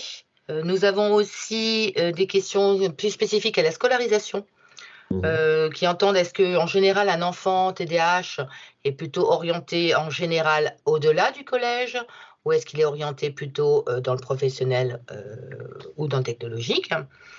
Alors, moi, je pourrais juste répondre pour cette question-là de fait, puisque je suis maman de 2 enfants de TDAH, une qui est maintenant en études supérieures et l'autre qui est en seconde actuellement. Et effectivement, oui, nous avons des difficultés pour le maintenir dans le général. On nous propose effectivement le technologique. Le professionnel, non, puisqu'il avait trop bonne note en fait pour le professionnel, on va dire comme ça. C'est comme ça qu'on a un peu présenté. Le technologique, il n'y a pas d'appétence. Donc effectivement, oui, c'est compliqué, mais ça marche. Après, c'est épuisant pour les enfants, c'est épuisant pour la famille, mais si l'enfant a les capacités et la volonté dans les matières effectivement qui l'intéressent, puisqu'on sait bien que oui, dans les matières qui l'intéressent, ils sont extrêmement doués, dans les autres un peu moins. Et là, il faut que papa, maman prennent leur petit aiguillon pour pousser, voilà, pousser tout le monde, c'est tout à fait faisable. Donc ça, c'était une question plus à la scolarité. Après, c'est pas évident, mais ça se fait. Il y avait aussi des questions sur les pourcentages, effectivement, à peu près dans les classes, ou quels sont les enfants d'un côté et adultes reconnus TDAH. Alors peut-être en France déjà, puis peut-être dans le monde aussi, mais après c'est peut-être plus grand. Pour l'instant, c'est tout ce que j'ai vu. Après, il y en a d'autres, mais je continue de faire le tri. Je vous laisse répondre un peu dans l'ordre et dans le désordre. Voilà. Donc déjà, je vais essayer de me les rappeler, les questions. Bon, le début, justement, qu'est-ce qui est déclencheur du TDAH? Bon, comme je disais, en fait, c'est une très fort paramètre héréditaire. Il n'y a pas forcément donc un phénomène déclencheur, comme on peut dire. En fait, on est avec ou pas. Et on le garde à vie. C'est un trouble, c'est pas quelque chose dont on peut guérir, quoi. En même temps, il y a bien sûr certaines situations qui peuvent augmenter la probabilité que le TDAH soit vraiment déclenché, comme la personne a en fait appelé, notamment par exemple des grossesses avec difficultés, pendant les grossesses où il y a eu des difficultés, des grands prématurés. Les grands prématurés sont quand même plus sensibles aussi à être concernés par le TDAH. Voilà, donc il y a plusieurs choses qui peuvent faire que le TDAH concrètement pose ces problèmes. Pour revenir sur l'hérédité, en fait, c'est donc héréditaire. Donc il y a plusieurs gènes qui sont impliqués dedans, mais c'est pas non plus d'une façon comme une maladie génétique. Voilà. Il y a plusieurs gènes qui sont impliqués, mais voilà, c'est aussi très spécifique pour chaque personne à quel moment ça se déclenche. La plupart du temps, c'est quand même, en fait, c'est à la scolarité qu'effectivement que les symptômes deviennent vraiment pertinents. Justement, j'ai vu passer dans les dernières questions, justement, dans le chat, aussi à quel âge on peut poser un diagnostic. C'est là, justement, le diagnostic, on peut le poser à peu près vers les 5-6 ans de l'enfant. Jusqu'à les 5-6 ans, la partie du cerveau qui est impactée est encore tellement peu développée qu'on ne peut pas dire avec certitude qu'il y a un TDAH. Bien sûr, il y a des enfants qui sont hyperactifs, qui tournent dans tous les sens, etc., où il y a une suspicion. Il peut y avoir un pré-diagnostic avant 5 ans, dans certains cas très sévères, mais il faut encore que ça se confirme donc vers les 6-7 ans de l'enfant. Donc ça, c'était pour le phénomène déclencheur. Là, déjà, du coup, la deuxième question, je l'ai oublié. Ah oui, j'ai une autre question. Qu'est-ce qu'on peut mettre en place au-delà du médicament? Bon, donc je l'ai dit aussi, en fait, ce sont les thérapies, guidance parentale, ça peut aider, des thérapies qui peuvent aider comme la TCC, la thérapie cognitive et comportementale, qui peut dans bien des cas aussi apporter quelque chose. Moi, j'ai envie de dire aussi bien pour les parents que pour la personne, l'enfant concerné, c'est de comprendre ce que c'est le TDAH. Ça aide déjà beaucoup aussi. De savoir ce que c'est permet déjà mieux comprendre et mieux gérer, un petit peu mieux gérer les choses. Voilà, mais tout dépend justement de la sévérité. Je comprends bien qu'il y a toujours encore des parents, parmi vous apparemment aussi, qui n'aimeraient pas trop mettre leurs enfants sous traitement pour le TDAH. Mais voilà, quand c'est nécessaire, c'est nécessaire. Voilà, quand on a du diabète, on sait qu'on va prendre tout le temps aussi des médicaments pour le diabète. Quand on a l'épilepsie, on prend tout le temps des médicaments pour l'épilepsie. Voilà. Donc voilà, c'est ça ce que je pourrais dire, mais il n'y a pas que ça. Il y a d'autres possibilités aussi. L'autre question, c'était effectivement sur les temps, une question qui était sur le temps passé devant les écrans. Est-ce que ça aurait un facteur majeur d'aggravation? C'était cité comme cela. Oui et non, ça dépend. Moi, je dis ça dépend de l'utilisation des écrans. Déjà dans le monde actuel, même voilà, en tant que professionnel, dans nos métiers, etc., on passe beaucoup de temps devant les écrans, mais c'est pas forcément parce qu'on passe du temps devant un écran. De façon générale, que l'on devient plus hyperactif ou moins attentif, etc. Donc ça dépend de l'utilisation. Évidemment, un enfant TDAH, quand il va sur une console de jeu ou sur un écran faire quelque chose qui est très réactif, peut-être énervant, pourquoi pas dire violent, voilà, évidemment, ça c'est pas bien pour un enfant TDAH. En revanche, j'ai parlé de la dopamine, le hormone du plaisir. L'utilisation de l'écran peut aussi faire que l'enfant, justement, se pose, devient plus calme parce qu'il fait une activité qui lui plaît. Et du coup, la dopamine qui est augmentée dans le cerveau fait qu'il arrive mieux se retenir, se concentrer aussi. Donc, moi, je dirais, c'est pas plus ou moins que d'autres enfants. L'utilisation de l'écran doit être bien sûr maîtrisée, pas exagérée, dans les habitudes, quoi. Et en même temps, de dire à un enfant, tu n'as pas le droit d'utiliser ton écran, tandis que les parents sont sur leur téléphone aussi pour répondre à des mails ou des messages, ou devant leur écran d'ordinateur en train de travailler, c'est difficile de dire à l'enfant qu'il n'a pas le droit. Voilà. Vous pouvez me rappeler les autres questions éventuellement que je n'ai pas pu retenir aussi longtemps? Alors, celle qui était sur le cursus général pour la scolarisation, effectivement. Oui. Il y avait aussi des demandes de sessions de complété. formation. En fait, Oui. si vous pouviez faire des sessions de formation aux équipes éducatives, aux équipes enseignantes, je pense, en fait, c'est surtout ça. Oui. Bon, je reviens d'abord. Je voulais compléter ce que vous avez dit vous-même déjà. Pour la scolarité, nous disons toujours, il n'y a pas une école spécifique pour les TDAH. Des enfants TDAH, comme les autres troubles neurodéveloppementaux, comme tout enfant avec quelle difficulté que ce soit, un handicap physique, etc., a sa place dans le parcours traditionnel.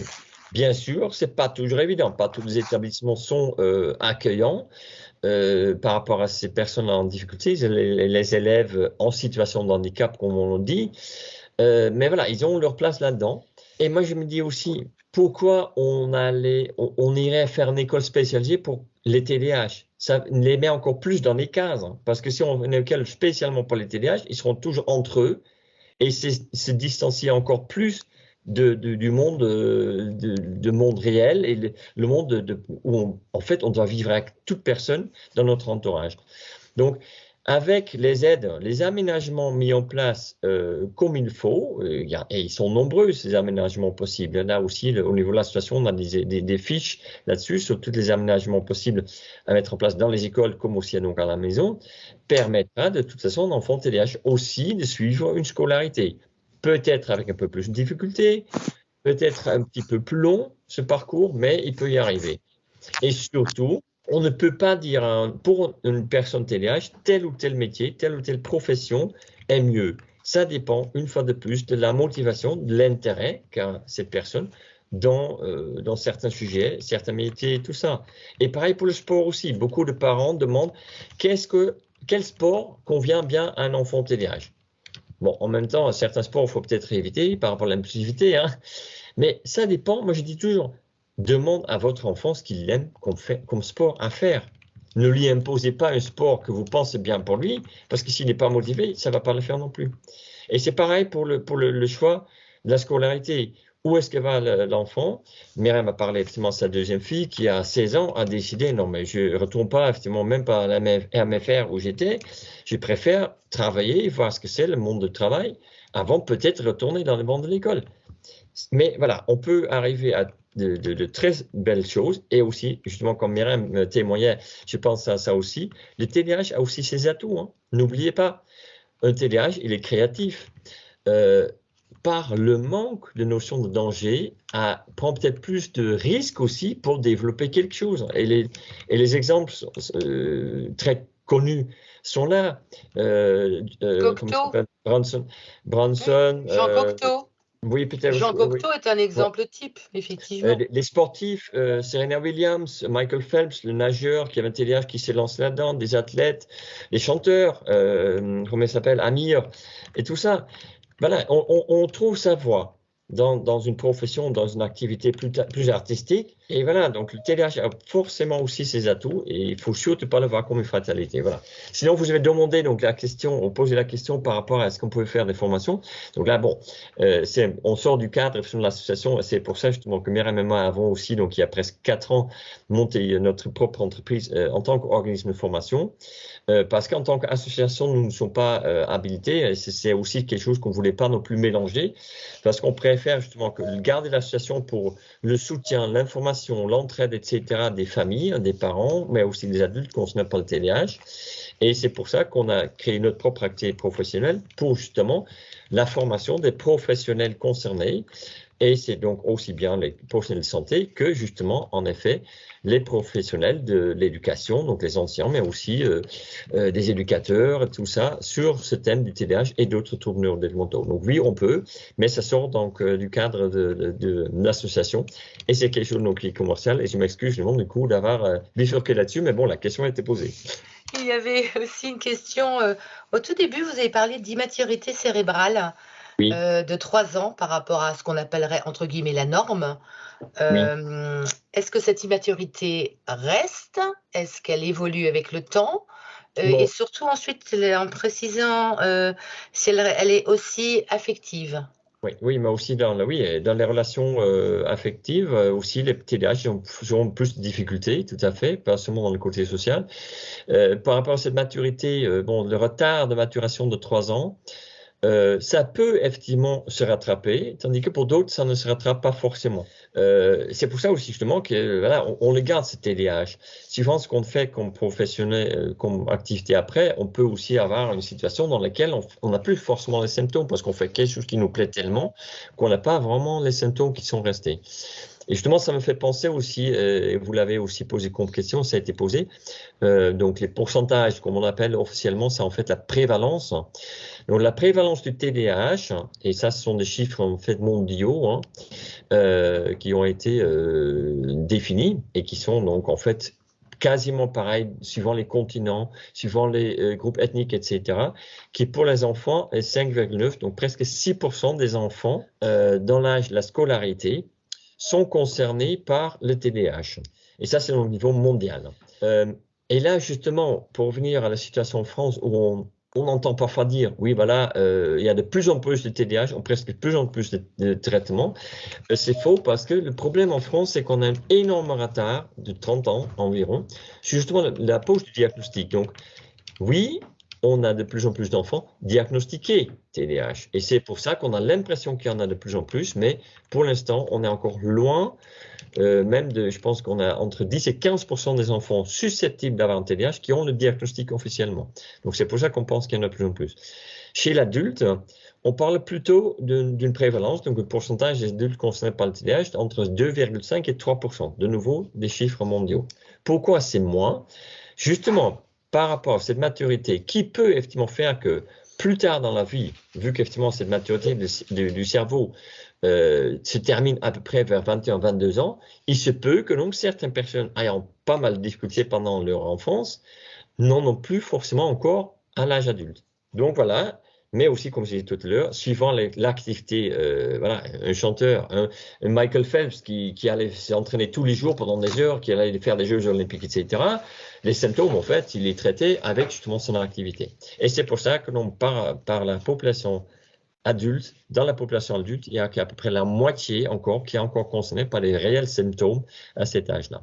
Est-ce qu'il y a... Myriam a répondu aussi à quelques questions. Oui, j'ai vu que Myriam avait répondu à des questions dans le chat. Est-ce qu'il y a des personnes qui voudraient poser des questions de façon plus à l'oral en levant la main, puisque vous avez une petite possibilité de lever la main, comme ça je pourrais donner la parole.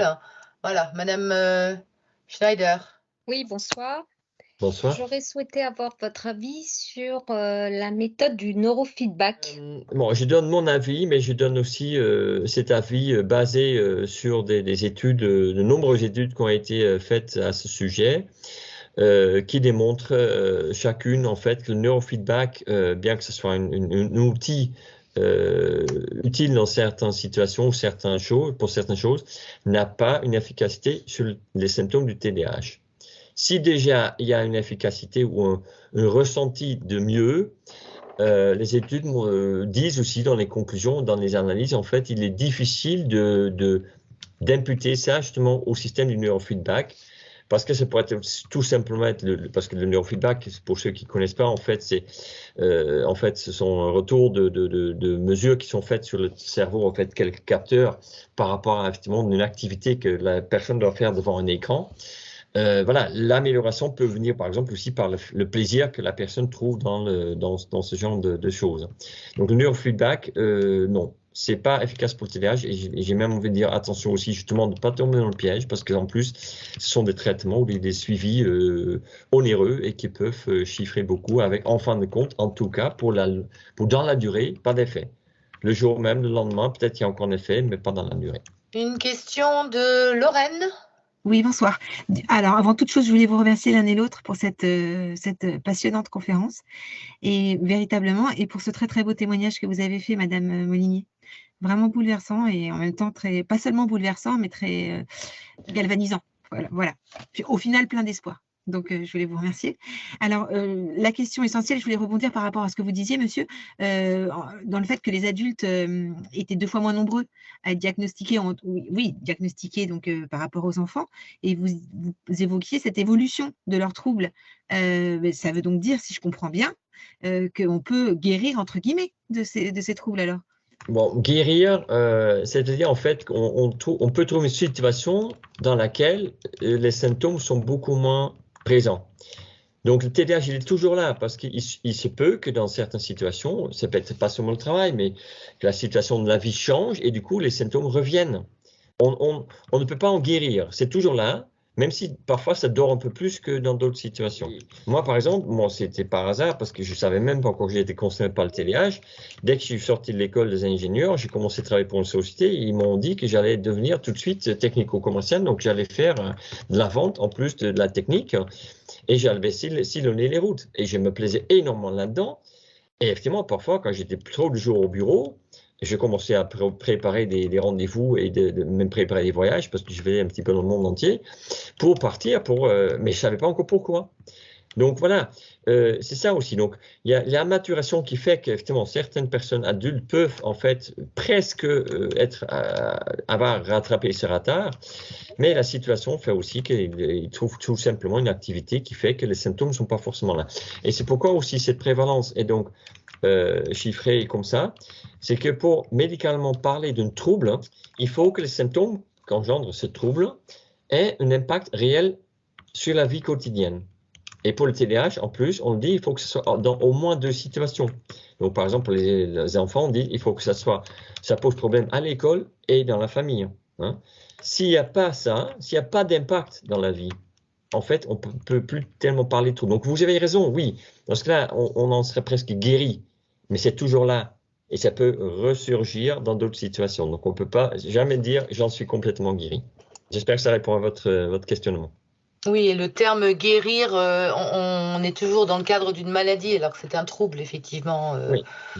Donc, c'est quelque chose que l'adulte, enfin, que l'enfant, de toute façon, a, que l'adulte a aussi. Alors, nous, on nous détecte bien plus tard, puisqu'en général, on est passé à travers le filtre. D'abord, puisque nous avons eu, en général, en tant qu'adultes, des formations beaucoup plus complètes que nos propres enfants, qui sont quand même dans le monde du zapping, hein, même dans le côté scolaire. Nous avons eu beaucoup de répétitions, de rabâchage, de re-répétitions, de re-rabâchage, qui ont fait qu'à un moment donné, l'information allait rentrer. Bon. Après, au fur et à mesure que l'on grandit, nous acquérons nous-mêmes des stratégies, en fait, tout bêtement parce qu'on apprend à se connaître. Et donc, on apprend à contourner le problème. Donc, on savoir qu'on ne va pas droit dans un mur, mais qu'on peut le contourner, passer par en dessous, passer par au-dessus. Bref, tout le monde acquiert ce genre de stratégie. Mais voilà, en tout cas, pour moi, le TDAH, ce n'est pas une fatalité. C'est un trouble, c'est embêtant, c'est ennuyeux. On pourrait donner des termes beaucoup plus violents et beaucoup plus, on va dire, incorrects, voilà, qu'on ne se permettra pas ce soir. Mais en fait, ce sont des personnes qui ont des choses, mais tellement importantes à apporter. Oui. Et on ne devrait pas regarder, enfin, c'est compliqué, parce que les termes que j'ai utilisés, ils vont peut-être pas être les bons, mais on ne devrait peut-être pas les regarder comme étant des personnes à part.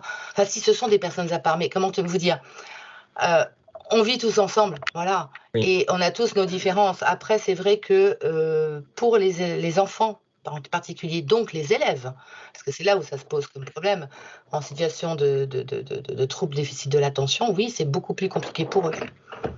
Mais c'est génial. Ce que je voulais dire, quelqu'un le disait aussi dans le chat, c'est une question de compenser en fait. La personne TDAH doit compenser, voilà. Mais faire des efforts pour compenser. Et je me permets aussi de citer notre ami Annick Vincent qui a donné aussi ce titre à un de ses livres par rapport justement au traitement par exemple aussi. C'est le traitement médicamenteux, il y a aussi, en fait c'est un petit peu comme les lunettes pour quelqu'un avec des problèmes de vue quoi. Donc le méthylphénate en fait sont des lunettes pour le cerveau. Oui, tout à fait. C'est pour ça que le livre s'appelle « Mon cerveau a besoin de lunettes ». Parce que dire à un enfant avec un TDAH, dire reste assis, concentre-toi et suis les cours, c'est comme dire à un enfant qui est myope, qui est au fond de la classe, qui n'a pas de lunettes, concentre-toi, regarde bien sur le tableau et lis ce qui a marqué. Vous voyez ? Oui, ce livre est un classique, effectivement, qui convient très très bien et qu'on devrait offrir à tous les parents, aux élèves et aux enseignants, parce que ça Ouais. permet de comprendre plein de choses. Je reviens, je suis désolée, j'ai coupé la parole, enfin en tout cas, il y avait une main levée de Soria Chekal. Bonsoir à tous, et vraiment super ce webinaire et merci pour cette présentation et ce témoignage et tout le reste. Donc voilà, moi j'avais une question. Alors je suis moi-même une maman avec un TDAH que j'ai découvert sur le tard. Puisque vous parliez de compensation, c'est complètement ça. C'est-à-dire que toute ma vie, dès le plus jeune âge, j'ai dû trouver des stratégies pour camoufler mon hyperactivité. En plus, j'ai pour ma part en tout cas, c'est comment je pourrais dire ça, c'est la partie mixte, donc j'ai vraiment tout. Mon fils a un TDAH, il est au lycée et j'ai énormément de mal. Il est sur le point de continuer un cursus pro et c'est ce qu'on disait, je vous ai entendu parler tout à l'heure de ça. Le souci, c'est qu'il s'ennuie énormément et que malheureusement, j'ai beau faire des appels, je vais voir les professeurs. Alors, c'est pas de leur faute non plus, hein, ils sont pas forcément toujours correctement équipés et informés pour ça. Mais est-ce qu'il y aurait par hasard est-ce que vous connaissez un ensemble de mises en place, on va dire, des choses qui sont faites, surtout pour les élèves au lycée? Alors, je vais me permettre de répondre là avec ma casquette PEP. Effectivement, dans le cadre du groupe santé prévention, justement, nous accompagnons les familles qui ont ce genre de problème avec leurs enfants, surtout dans le côté scolarité. Donc, il y a des choses comme les PPS, les PAI, les PAP, des reconnaissances handicap aussi qu'on peut mettre en place avec la maison du handicap. Donc ça, à ce moment-là, moi, je vous invite à prendre contact directement avec nous si vous le souhaitez. Après, il y a aussi des réponses générales que Madame Molinier ou que Monsieur Schenk peuvent nous donner aussi, mais voilà, on peut peut-être vous répondre de façon plus précise, si c'est sur une scolarité de lycée particulièrement. Oui, effectivement. Et s'il y a déjà des choses mises en place, voilà, puisque en fait, on va dire que pour tout enfant, on va dire qui a un TDAH ou pas, ou TDA, qui a été diagnostiqué et dont les effets sont un peu forts. Très souvent, il y a de la mise en place d'aide au niveau scolarité, soit parce qu'il y a une reconnaissance handicap de la maison du handicap, soit parce que l'établissement accepte de bien vouloir vous aider de façon un peu plus bienveillante. Donc, vous avez des aides du style le PAI ou le PAP, et puis après, lorsqu'il y a une reconnaissance handicap, effectivement, il y a ce qu'on appelle les PPS, les plans personnalisés de scolarisation, avec des aménagements qui sont mis en place pour les élèves, qui sont obligatoires, pas toujours appliqués, mais obligatoires de toute façon. Donc, ça peut être des tiers-temps, ça peut être effectivement autoriser l'élève à se lever parce qu'il a besoin de sortir de la classe, ça peut être effectivement, surtout, principalement, avoir une aide humaine, donc avoir quelqu'un qui prenne note pour lui ou qui le restabilise ou qui lui réindique que non, on regarde pas le plafond, passer les papillons, peut-être faut qu'on écoute le cours. Donc voilà, il y a quand même beaucoup de choses qui existent. Et ça, on peut, voilà, si vous souhaitez, on peut tout à fait vous répondre de façon plus précise sur votre cas particulier, si vous en êtes d'accord. C'est gentil, merci beaucoup. D'autant que je vous avoue que je rame beaucoup. Bienvenue dans le club des parents rameurs. Bienvenue le je crois que c'est tout pareil, hein. Alors. Je crois que la scolarité est quand même la partie la plus compliquée, la plus douloureuse de notre vie en tant que parents d'enfants TDAH, parce que c'est vrai qu'ils sortent vraiment des cadres. Dans votre question, est-ce qu'il est déjà en professionnel en fait ? Alors, il est déjà en professionnel, mais moi, je pense qu'il a envie de changer d'orientation, il veut changer de cursus, forcément, je m'en doutais un peu. Parce que c'est aussi le souci, c'est pareil, mes enfants ont dû passer en professionnel parce que en général, il y a eu des ruptures de parcours, c'était difficile après de passer, puis de toute façon, effectivement, ça les motivait très peu. Et c'est vrai que pour les enfants TDAH, la scolarité en milieu professionnel a beaucoup plus de sens et donne du sens à leur scolarité, parce que même dans les matières générales, on apprend en fait selon la profession qu'on est en train de préparer. Après, si la profession ne plaît pas, parce que des fois on choisit, mais on choisit vachement jeune et on ne sait pas forcément quel métier pourra nous plaire ou pas. C'est pour ça aussi qu'on bifurque beaucoup parfois.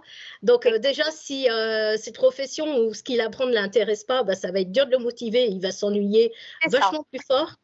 Et il y a aussi l'autre penchant, c'est que par exemple mes deux filles sont passées en professionnel parce que c'était mieux pour elles, mais comme elles ont également des capacités d'apprentissage qui sont bonnes et même des capacités intellectuelles assez fortes, elles comprennent très très vite.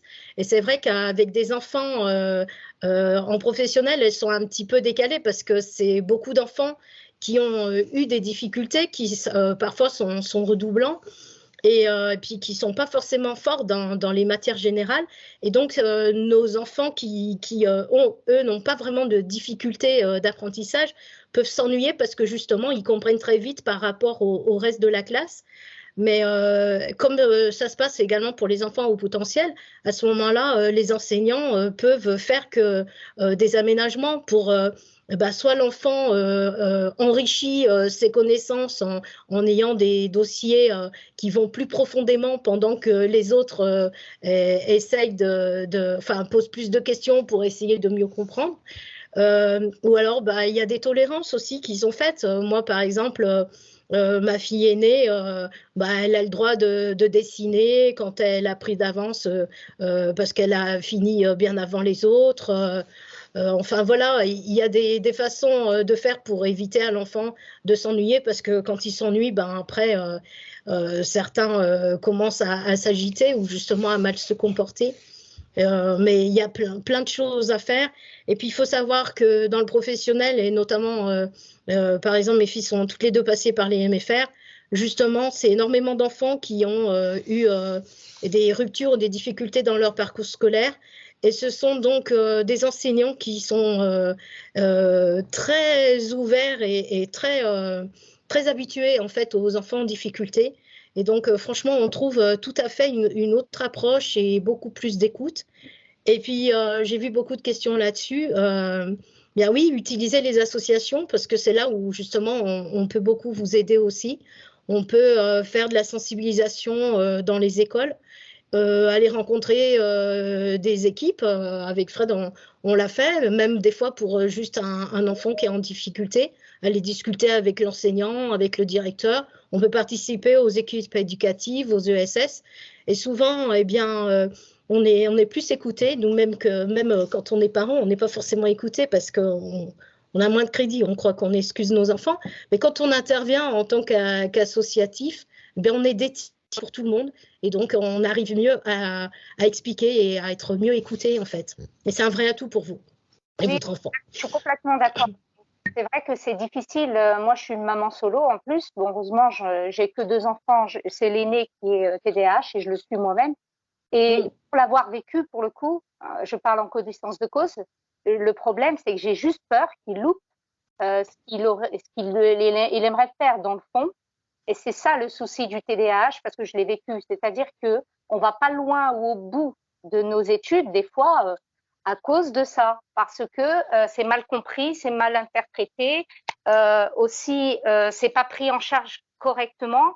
Moi, je prends le médicament, le méthylphénidate, et heureusement qu'il existe ce médicament. Oui, je vous dis tout de suite, il m'aide énormément. Si je l'avais connu étant plus jeune, je pense que j'aurais fait des études plus longues.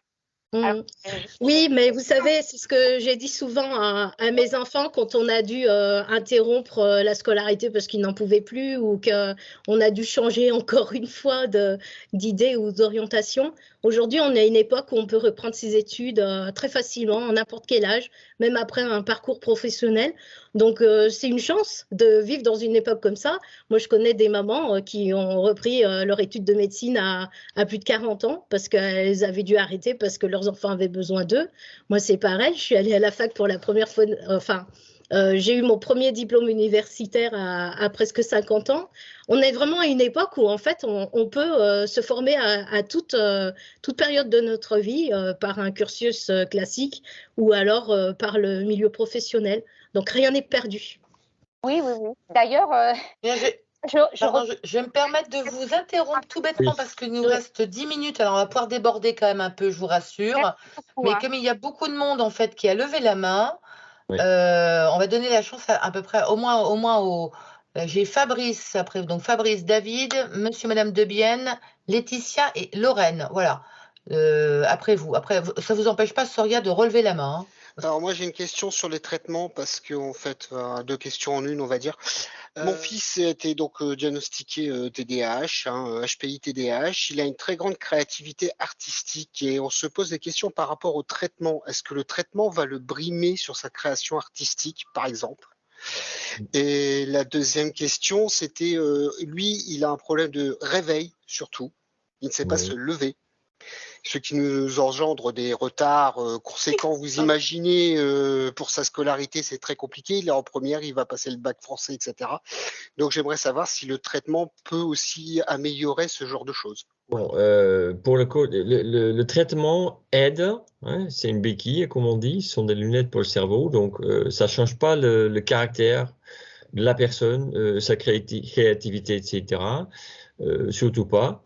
Donc, ça reste toujours là et peut-être justement le traitement permet à encore mieux l'utiliser, cette créativité.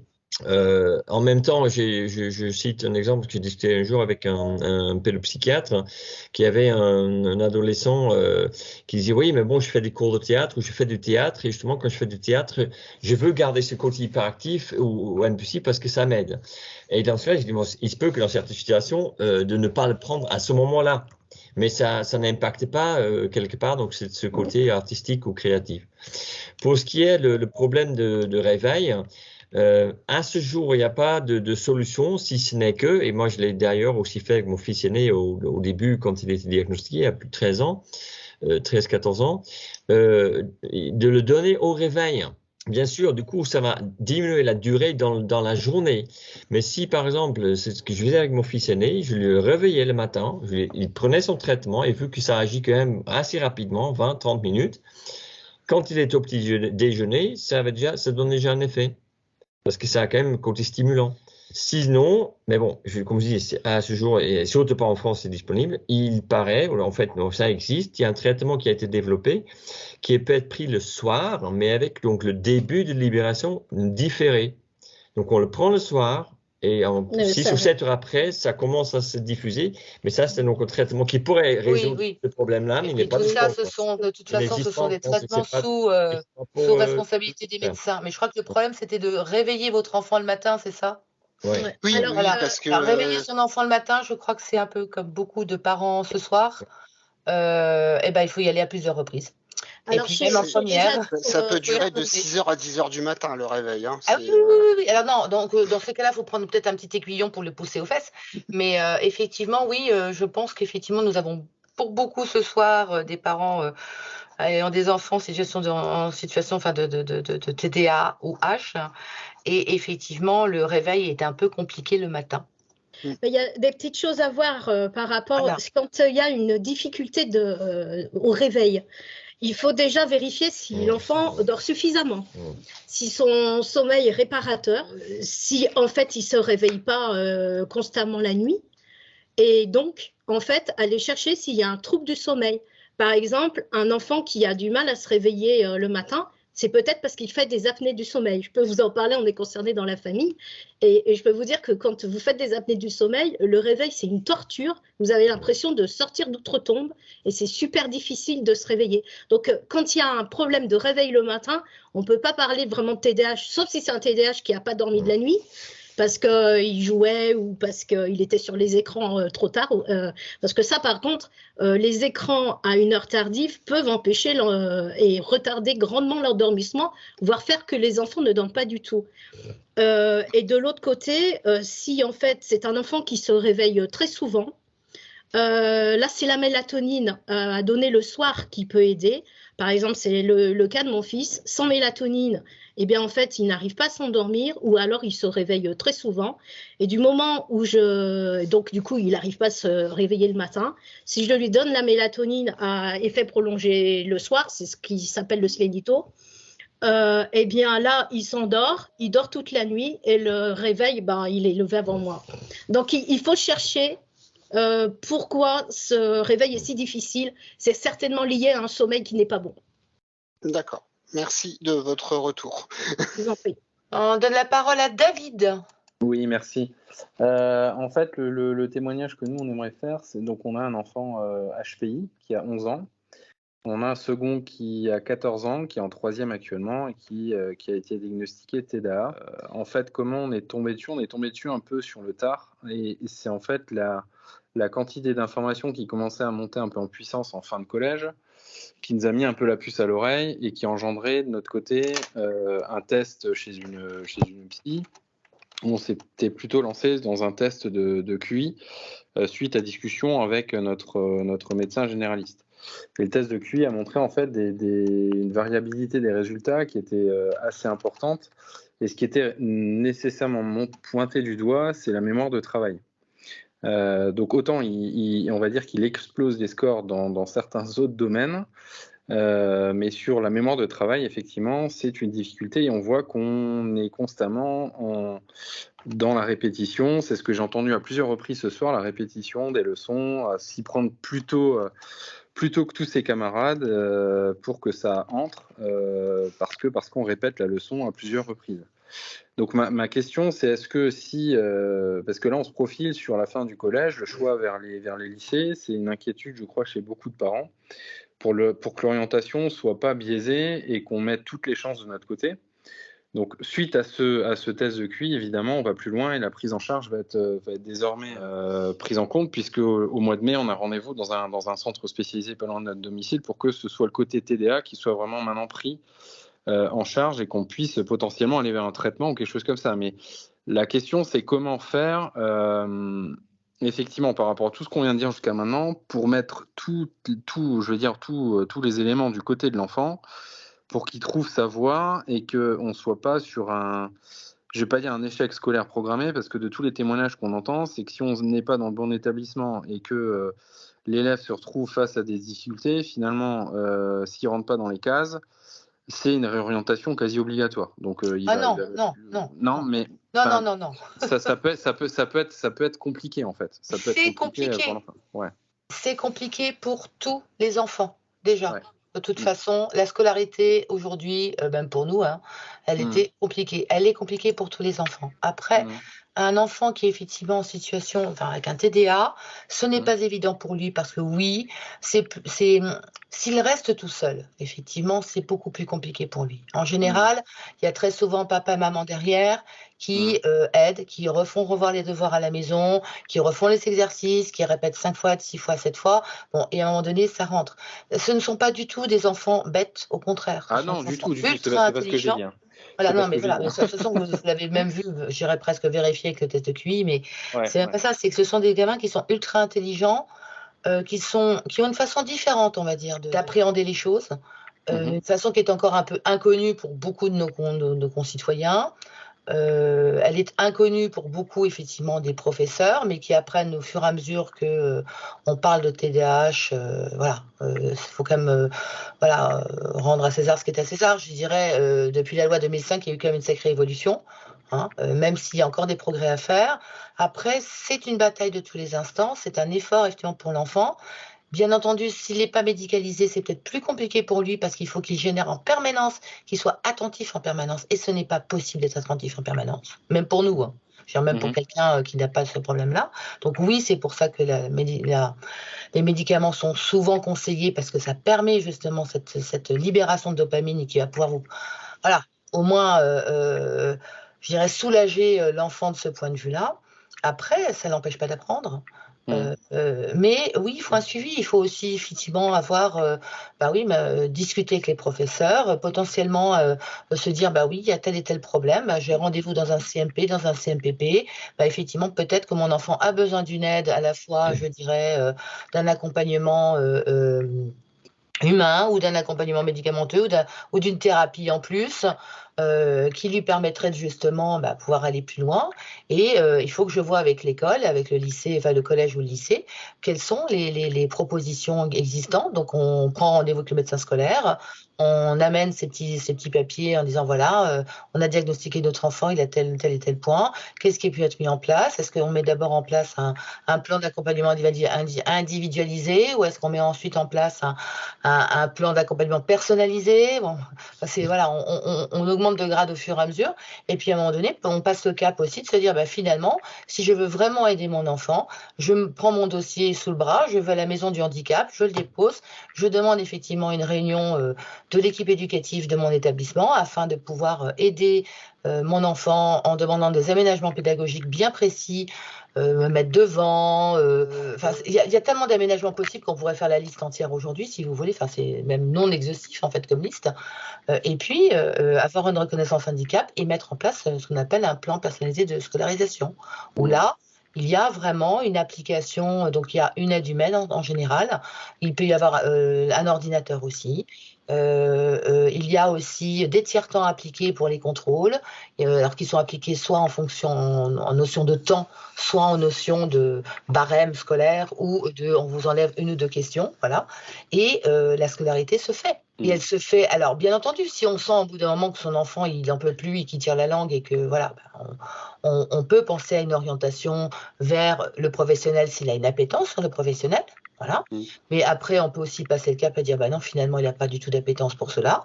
Et on peut aller au-delà, dire tiens, le lycée général lui convient, donc il n'y a pas de raison que ça ne marche pas. Après, ce sera peut-être plus long, voilà. Mais avec les reconnaissance handicap, on peut passer son bac en 2 ans, voilà. On peut même être maintenu, ce qu'ils appellent gentiment maintenir dans la classe, ça s'appelle redoubler en fait. Donc, faut pas oublier tout ça en fait. Il y a beaucoup de choses en fait que on va dire l'éducation nationale cache aux parents parce que oui, avoir un enfant peut-être qui passe 3 ou 4 ans dans le même établissement, alors peut-être pas dans la même classe, mais ça peut être un peu embêtant. Mais il y a beaucoup de choses qui se font.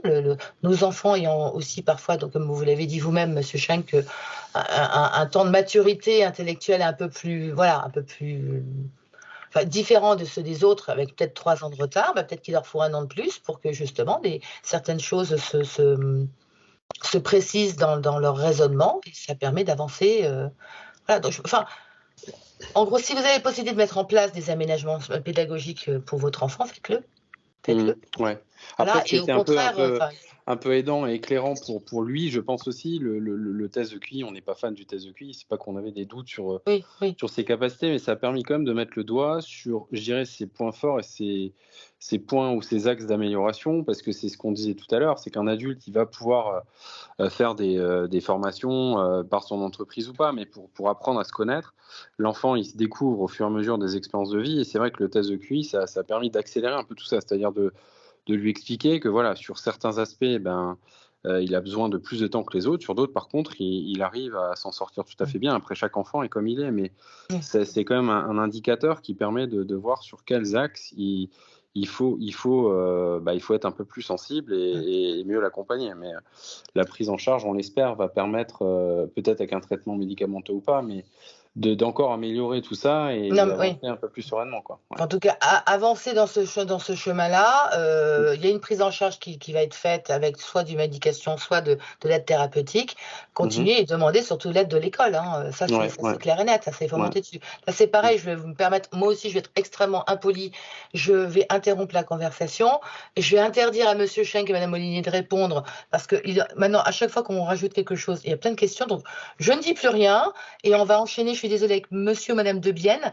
Je vous invite, Monsieur, alors David, je ne sais pas quel est votre nom de famille. Voilà, si vous avez besoin, vous avez nos coordonnées. Vous n'hésitez pas à nous contacter.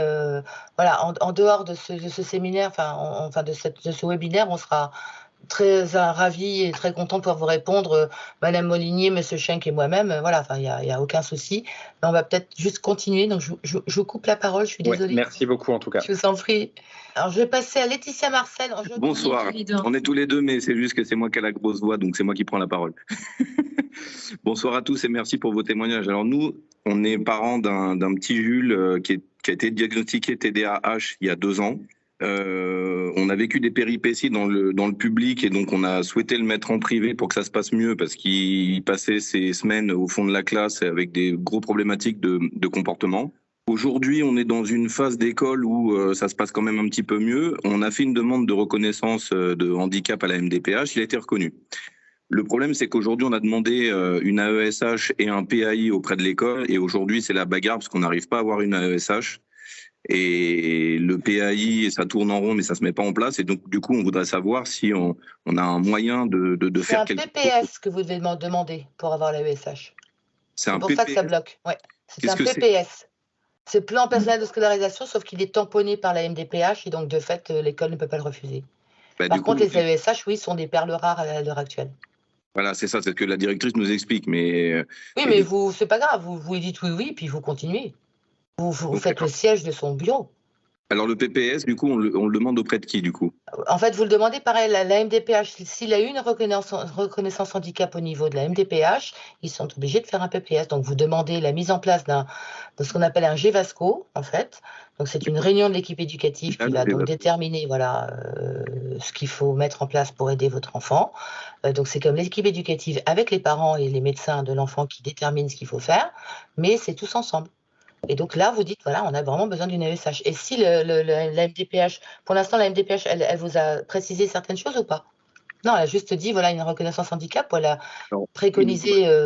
Ils nous ont validé l'AESH. Donc, si c'est validé, dans ces cas-là, vous faites le siège du bureau de la directrice en disant, voilà, moi j'ai un papier, je veux une AESH. Mais quand je dis le siège, c'est le siège. Parce qu'aujourd'hui, ils font rien du tout et ça tourne en rond, en fait. Et là, il va rentrer au collège et on sent que ça va être difficile. Là, donc, Et après, ça dépend où vous êtes. Alors, si vous êtes sur Paris, vous prenez contact avec nous. Voilà. Si vous êtes ailleurs que Paris, c'est pareil, puisqu'on a quand même au niveau de la PEP, on a quand même des intervenants un peu partout. Oui, on est dans Val-de-Marne, voilà, donc on a des intervenants aussi dans le Val-de-Marne, je veux dire, et on peut tout à fait prendre contact avec vous et contacter, donc dans ce cas-là, le rectorat et voir les personnes en charge, voilà, pour que ça débloque le système. Hein. Même si c'est une école privée, ça pose aucun problème. Ça dépend, c'est une privée reconnue par l'État ou c'est une privée privée? Oui, non, ça ne devrait pas poser. Voilà. Oui. Non, ça devrait pas poser de problème. Enfin, à mon sens, je veux dire, jusqu'à présent, les AESH n'ont jamais été refusés, même dans les privés reconnus par l'État, sous contrat. Donc, non. D'accord, je vous remercie. Merci beaucoup. Je vous en prie. Splendido. Oui, bonjour, monsieur, madame, oui, on est ensemble. On a écouté, voilà, c'était très utile parce que nous sommes au début du parcours. Notre fils, il a 7 ans et demi, il est en CE1. Et il y a le bilan qui est prévu au mois d'avril, ça fait 6 mois qu'on l'attend, voilà, avec tous les questionnaires qu'on a remplis, mais on a quand même déjà une idée parce que depuis la grande section, c'est un peu la même chose. Et à vrai dire, en fait, on ne sait pas vraiment comment gérer le TDA ou TDAH, on ne sait pas encore à l'école et à la maison. Parce que on a quasiment toutes les semaines des remarques de la part des maîtresses ou pendant ses cours de musique aussi qu'il a du mal à se concentrer, qu'il bavarde beaucoup, qu'il a du mal à rester assis. Et nous avons essayé plein de choses, des coussins, des stylos à mordiller, mais il faut toujours qu'il bouge, il faut toujours qu'il fasse quelque chose. Et en fait, j'ai l'impression que les maîtresses ne savent pas trop comment gérer les enfants comme le nôtre. Et c'est pour savoir justement pour les enfants de cet âge-là en CE1, qu'est-ce qu'on peut faire, nous, les parents. On fait tout le temps des réunions avec les maîtresses, on essaie de notre mieux, mais en fait, on ne sait plus comment réagir à ces remarques parce que c'est toujours la même chose et on répond toujours la même chose, on va lui parler, on va lui expliquer et réexpliquer. Et à la maison, il a beaucoup d'énergie aussi. On se demandait si lui faire du yoga ou de la méditation, ça peut lui faire du bien. On a essayé. Alors moi, mon fils est passé par là. Effectivement, j'ai l'impression d'entendre le discours qu'on nous a tenu pendant toute sa scolarité de primaire, où il n'écoute pas, il n'est pas attentif, de toute façon, etc., etc. Alors que quand vous êtes en tête-à-tête avec lui, ça marche très très bien. Bon. Pour ce qu'il écoute, il se débrouille bien. Oui, voilà. Non, mais voilà. Mais effectivement, En général, on entend effectivement, voilà, ce genre de réflexion. Il y a des fois, on n'ose même plus aller à l'école chercher son enfant tellement on ne sait plus où se mettre. Non, c'est atroce. Je sais, on est tous, voilà, je suis passée par là. Mon fils avait un truc pour pouvoir justement bouger, parce qu'il avait besoin de bouger. Oui. Alors lui, il parlait pas, il disait rien. Bon, par contre, il levait la main et demandait l'autorisation d'aller chercher le livre qui était posé à tel endroit, ou d'aller ranger quelque chose, ou d'aller effectivement se servir dans le placard, parce que toutes les salles de classe ont un placard commun. Voilà. Donc effectivement, voilà, il avait ce truc-là pour pouvoir, voilà, pour pouvoir se lever et se détendre, on va dire. Bon, ça, c'était un truc personnel. Bon. Mais ça veut dire que la maîtresse, elle était d'accord pour mettre ça en place. Ah non, mais en fait, c'est pas ça, c'est que nous, on l'a appris après. Ah, d'accord. En fait, nous, on a appris que notre fils levait la main poliment, demandait l'autorisation de se lever pour aller chercher un nouveau stylo dans le placard de rangement où étaient rangés tous les stylos, puisque souvent dans les salles de classe, il y a des placards communs, voilà, ou lever la main pour poliment demander la possibilité d'aller effacer le tableau, ou bref, enfin, trouver un moyen de se lever. Donc ça, c'était un truc qu'il avait trouvé tout seul. Bon, nous, on l'a appris, en fait, bien après. Après, vous pouvez tout à fait mettre cela en place. Pareil, il faut... L'école peut avoir un effet décourageant sur vous dans le sens où on entend toujours la même chose et qu'on est en train de dire mais oui, mais on lui a dit, ça sert à rien de lui dire de toute façon. Il le sait, simplement pour lui c'est impossible à faire. Voilà, c'est tout. Oui, donc ça sert. Il nous dit maman, j'essaye mais j'y arrive pas. Oui, mais c'est vrai, et c'est vrai. Donc ça sert à rien. En fait, en gros, finalement. Plus nous, on est là complètement désespérés en tant que parents, en disant mon Dieu, la maîtresse va nous tuer. Enfin bon, bref, c'est pas ça. Hein. Qu'est-ce qui va se passer? Et puis le qu'en dira-t-on, etc. Plus lui, en fait, c'est pas qu'il ne peut pas. C'est comme quand nous, en tant que parents, on lui dit fais un effort. Non, c'est même pas. Enfin, c'est un effort permanent pour eux. Oui. Voilà, c'est ça qu'il faut qu'on se mette dans la tête. Pour eux, c'est un effort permanent. Donc, soit effectivement, on prend notre courage à deux mains, on va expliquer la situation à la maîtresse, au directeur de l'école, enfin bref, à la terre entière, en disant voilà, notre enfant, il a un TDA. Et donc, avec hyperactivité apparemment. Hein, bon. Et donc, effectivement, voilà ce qu'il en est, et voilà ce qu'on peut faire, et voilà comment on peut l'aider. Est-ce que vous seriez d'accord pour faire ceci, cela? En gros, aidez-le, tout comme nous, on essaie de l'aider de notre côté. Soit on dit rien, on laisse les choses en fait en l'état. Et vous ne pouvez pas laisser les choses en l'état. Ni pour lui, ni pour vous. Oui, Voilà. parce qu'on voit qu'il revient avec des mots quasiment tous les oui, jours. Oui, mais ça, c'est classique. Et mais que ça donc, génère une frustration de son côté parce que. Mais surtout j'ai l'impression qu'on a déjà essayé de. Madame Molinier a peut-être des conseils. Ça marche un temps et puis ça marche plus. Des punitions. Oui, non. Prenez vraiment rendez-vous avec un médecin. Enfin, je ne sais pas si. Le rendez-vous, oui, il est prévu là en avril. On l'attend depuis 6 mois. D'accord. Mais une fois le diagnostic posé, qu'est-ce qu'on fait après? On va chez un psychologue. En général, les diagnostics sont posés donc par des équipes effectivement neuropsychologiques ou de psychiatres. Qui vous conseillent très souvent effectivement soit une médication, très souvent ils ne vous conseillent pas simplement la médication, ils vous disent médication avec suivi effectivement psychologique ou psychomoteur ou ergothérapeutique, enfin bref, selon les enfants, c'est différent selon les enfants, ou alors pas de médication du tout et plutôt des méthodes effectivement de guidance, alors non pas parentale mais aussi ou même de TOC, hein, de comportement. Donc il y a plusieurs choses qui vous sont proposées, mais là c'est au niveau du bilan, donc c'est une fois que vous aurez fait votre bilan. En attendant, à mon sens, vous n'avez pas laissé votre enfant comme ça, on est déjà au mois d'avril, donc il lui reste en gros jusqu'au mois de juillet, il faut qu'il tienne jusqu'au mois de juillet, hein. Oui. Ça va être compliqué, surtout les dernières semaines, puisque voilà, en général, après les vacances de Pâques, jusqu'au mois de juillet, c'est très très long. Prenez rendez-vous avec le directeur de l'école, avec le médecin scolaire de l'école, avec effectivement le psychologue scolaire de l'école, et vous mettez quelque chose en place pour que votre enfant puisse avoir le droit, par exemple, de se lever pour aller s'aérer 5 minutes, voilà, mettez quelque chose en place avec l'école tout de suite. Il existe les PERP, ça existe. Hein. D'accord, mais ça veut dire que aujourd'hui, les enseignants, ils ne sont pas du tout formés en fait à ce trouble-là? Non. Alors les enseignants sont formés, les nouveaux enseignants sont formés à raison de 25 heures de formation sur l'ensemble des troubles, effectivement, passant du TDAH au TSA et aux autres troubles neurocognitifs existants. Les enseignants plus anciens, plus âgés, n'ont pas été formés du tout, en fait, donc découvrent un peu comme nous, ils découvrent effectivement ces troubles-là. Il y en a qui sont plus ou moins à l'écoute, plus ou moins bienveillants, plus ou moins... voilà, bon, il y a en général une trentaine d'enfants dans la classe. Et très souvent, les formations, quand il y en a, sont faites dans le cadre de la formation continue, qui n'est pas obligatoire pour un enseignant. C'est fait à sa demande, en fait, si vous voulez. Donc, c'est aussi à nous, parents, parfois de leur donner tout bêtement un petit bouquin. Il y avait un livre un petit livret, en fait, de l'hôpital Robert Debré, justement, sur tout ce qui était TDAH, qui est téléchargeable sur Internet, qui est très bien fait. Moi, je sais que c'est ce que j'avais fait. Je vais envoyer le lien au professeur de mon fils en disant, voilà, écoutez, moi, je ne peux pas vous expliquer mieux. Il y a aussi, effectivement, le petit livre dont parlait M. Schenck tout à l'heure, effectivement, sur Mon cerveau a besoin de lunettes. C'est tout à fait ça. Voilà, bon, il coûte rien, il est téléchargeable sur Internet. Et c'est une autre façon de leur faire comprendre que, voilà, vous, de votre côté, vous faites du maximum. Voilà, mais vous ne pouvez pas...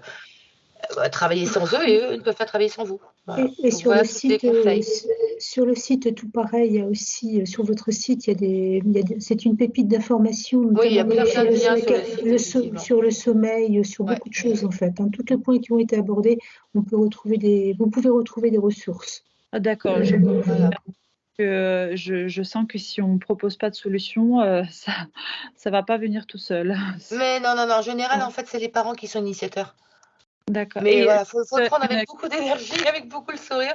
Non, sérieusement, c'est un démarrage qui est compliqué, mais c'est une question rapide. Est-ce que vous avez réussi, par exemple, vous, dans vos expériences personnelles, à mettre vos enfants au yoga ou à la méditation pour les aider? Alors, mon fils fait du judo. D'accord. Mon fils fait du judo. Le yoga, ça ne l'a jamais branché. Ma fille, le yoga, elle rigole à chaque fois. Elle fait du dessin par ailleurs, pour ça, c'est une façon de se détendre. Chaque enfant étant différent, voilà. Moi, mon fils faisait du judo et il en fait toujours. Bon, il est en seconde aujourd'hui. Donc, il faut trouver une activité qui lui plaise à lui. Oui, d'accord. À lui. Oui, ça peut être du karaté. Il a fait de l'athlétisme. L'athlétisme, c'est pas mal, ça. Il n'y a pas d'aide pour toute personne. En fait, le truc, c'est qu'ils trouvent une activité qui les apaise. Ça peut être une activité artistique, du dessin, ça peut être une activité sportive, ça peut être de la méditation, ça peut être des séances en sophrologie. Il n'y a pas de solution toute faite. Il faut que ce soit selon les goûts de votre enfant, en fait, et selon ses affinités. Moi, ma fille aînée, ce qui l'a apaisée, c'est l'équitation.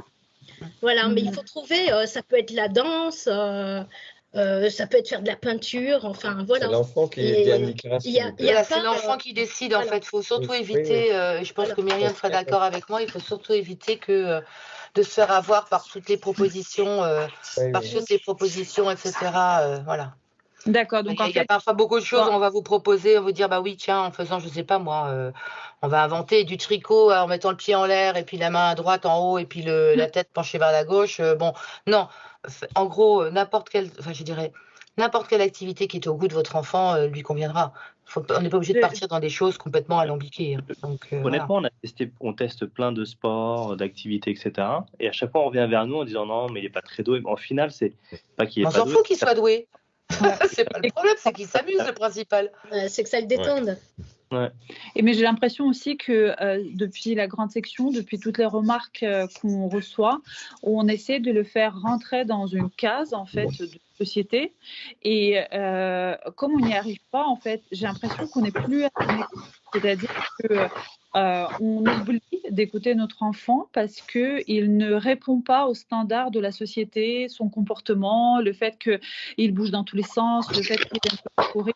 Et sincèrement, c'est vraiment merci beaucoup pour les témoignages. On se rend compte qu'on n'est pas tout seul. Et c'est vrai que ce n'est pas facile à vivre au quotidien parce que ce sont différents en fait. Pas que notre enfant, mais nous aussi. Parce que parfois, j'ai l'impression qu'on nous regarde et les gens se disent mais ils n'éduquent pas leur enfant. Et en fait, c'est pas ça en fait. C'est qu'il est, il est toujours en besoin de bouger dans tous les sens. Vraiment, il s'arrête jamais, mais vraiment jamais. Mais ça, c'est effectivement l'enfant TDAH. Après, le regard des autres, vous apprendrez rapidement à vous en passer, à penser que les cases, c'est pas fait pour nous. De toute façon, ça n'a jamais été fait. C'est pas intéressant de ranger les gens dans des cases. Il faut plutôt regarder tout ce qu'il peut apprendre, tout ce qu'il peut apporter, tout ce qu'il a. Bah, bref, toute la vie qu'il a devant lui, quoi. Et c'est ça. Bon, c'est sûr que pour nous parents, c'est pas évident. Mais oh les cœurs, ça va le faire. Je suis désolée. Il faut que. Non, mais c'est vrai. En fait, je pense qu'on est tous vraiment. Enfin, ne vous inquiétez pas. Bon, voilà, ne vous inquiétez pas. Un petit peu, mais pas trop. Voilà. Nous avons monsieur ou madame Debienne, en fait, qui a levé la main et qui maintenant a son micro. Donc c'est bon, maintenant on vous J'ai un entend. problème du micro. Ah, bonsoir. Voilà, en fait, excusez-moi, merci beaucoup pour cette invitation. Voilà, en fait, j'ai une question. J'ai mon petit, le deuxième, qui a été diagnostiqué rapidement TDAH, puisque son grand frère l'est déjà. Et en fait, ma question, je vais essayer d'être courte, j'espère que je vais être claire surtout. Est-ce que c'est normal qu'un enfant qui soit diagnostiqué TDAH, il a des moments, des journées où il peut se gérer tout seul, il peut s'organiser, on dirait qu'il est complètement autonome. Et puis, il y a des jours où c'est la procrastination, ça veut dire que bon, ben, il n'a pas envie d'apprendre, il y a trop du travail. Et en fait, on lui a fait suivre quand même de la neurofeedback qu'on a eu pour 2 000 € par mois pour les deux. Pendant 1 an, on leur a fait suivre, on n'a eu aucun résultat. Ensuite, j'ai changé de neuropsychologue. Et la dernière neuropsychologue m'avait dit qu'il n'avait aucun trouble de l'attention, que ce n'était pas un enfant TDAH. Donc, du coup, on a arrêté les séances. Et puis, de temps en temps, on a un petit mot de l'école aussi qui nous dit que le comportement, parfois, ou ses réflexions sont inadaptées, mais ce n'est pas tout le temps. Et donc, je pense qu'il compense au maximum, comme il peut. Et en fait, on n'arrive pas trop à savoir qu'est-ce qu'on peut mettre en place pour cet enfant, pour l'aider, sachant qu'il y a des moments où il arrive à gérer, il compense, on ne sait pas comment. Et puis, il y a des moments où il est complètement dans le refus de travailler, parce que c'est facile, parce qu'il n'a pas envie, parce qu'il y en a trop. Donc, on ne comprend pas trop, en fait. Un professionnel nous dit qu'il est TDAH, l'autre, il dit absolument pas. Parfois, le comportement nous renvoie au grand frère et parfois, on se dit que ce n'est pas le même enfant. Est-ce que c'est normal? Oui, et quelle thérapie peut-on mettre en place je vais répondre pour pouvoir l'aider? Je ne sais pas si j'étais assez claire. Oui, très clair. Oui, c'est tout à fait normal. Moi, je l'ai évoqué aussi dans la présentation, mais je ne sais pas si vous étiez là depuis le début. Les symptômes du TDAH, ils varient suivant la situation, suivant l'humeur, suivant son état. Donc oui, les symptômes ne sont pas forcément tous là tout le temps, tous les jours, à chaque moment. Ça peut varier. Et vous parlez justement de l'intérêt. Oui, si votre enfant il est intéressé par quelque chose, justement, il n'y aura pas de symptômes. Quand il y a une matière qu'il doit faire des exercices qu'il n'aime pas, justement, c'est le contraire. Il va se buter dessus.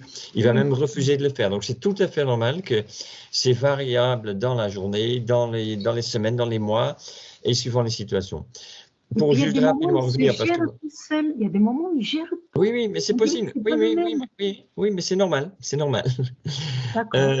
Pour rapidement revenir aussi encore l'autre question, parce que l'heure tourne quand même encore, c'est que un professionnel qui dit oui, c'est un TDAH, et l'autre qui dit non.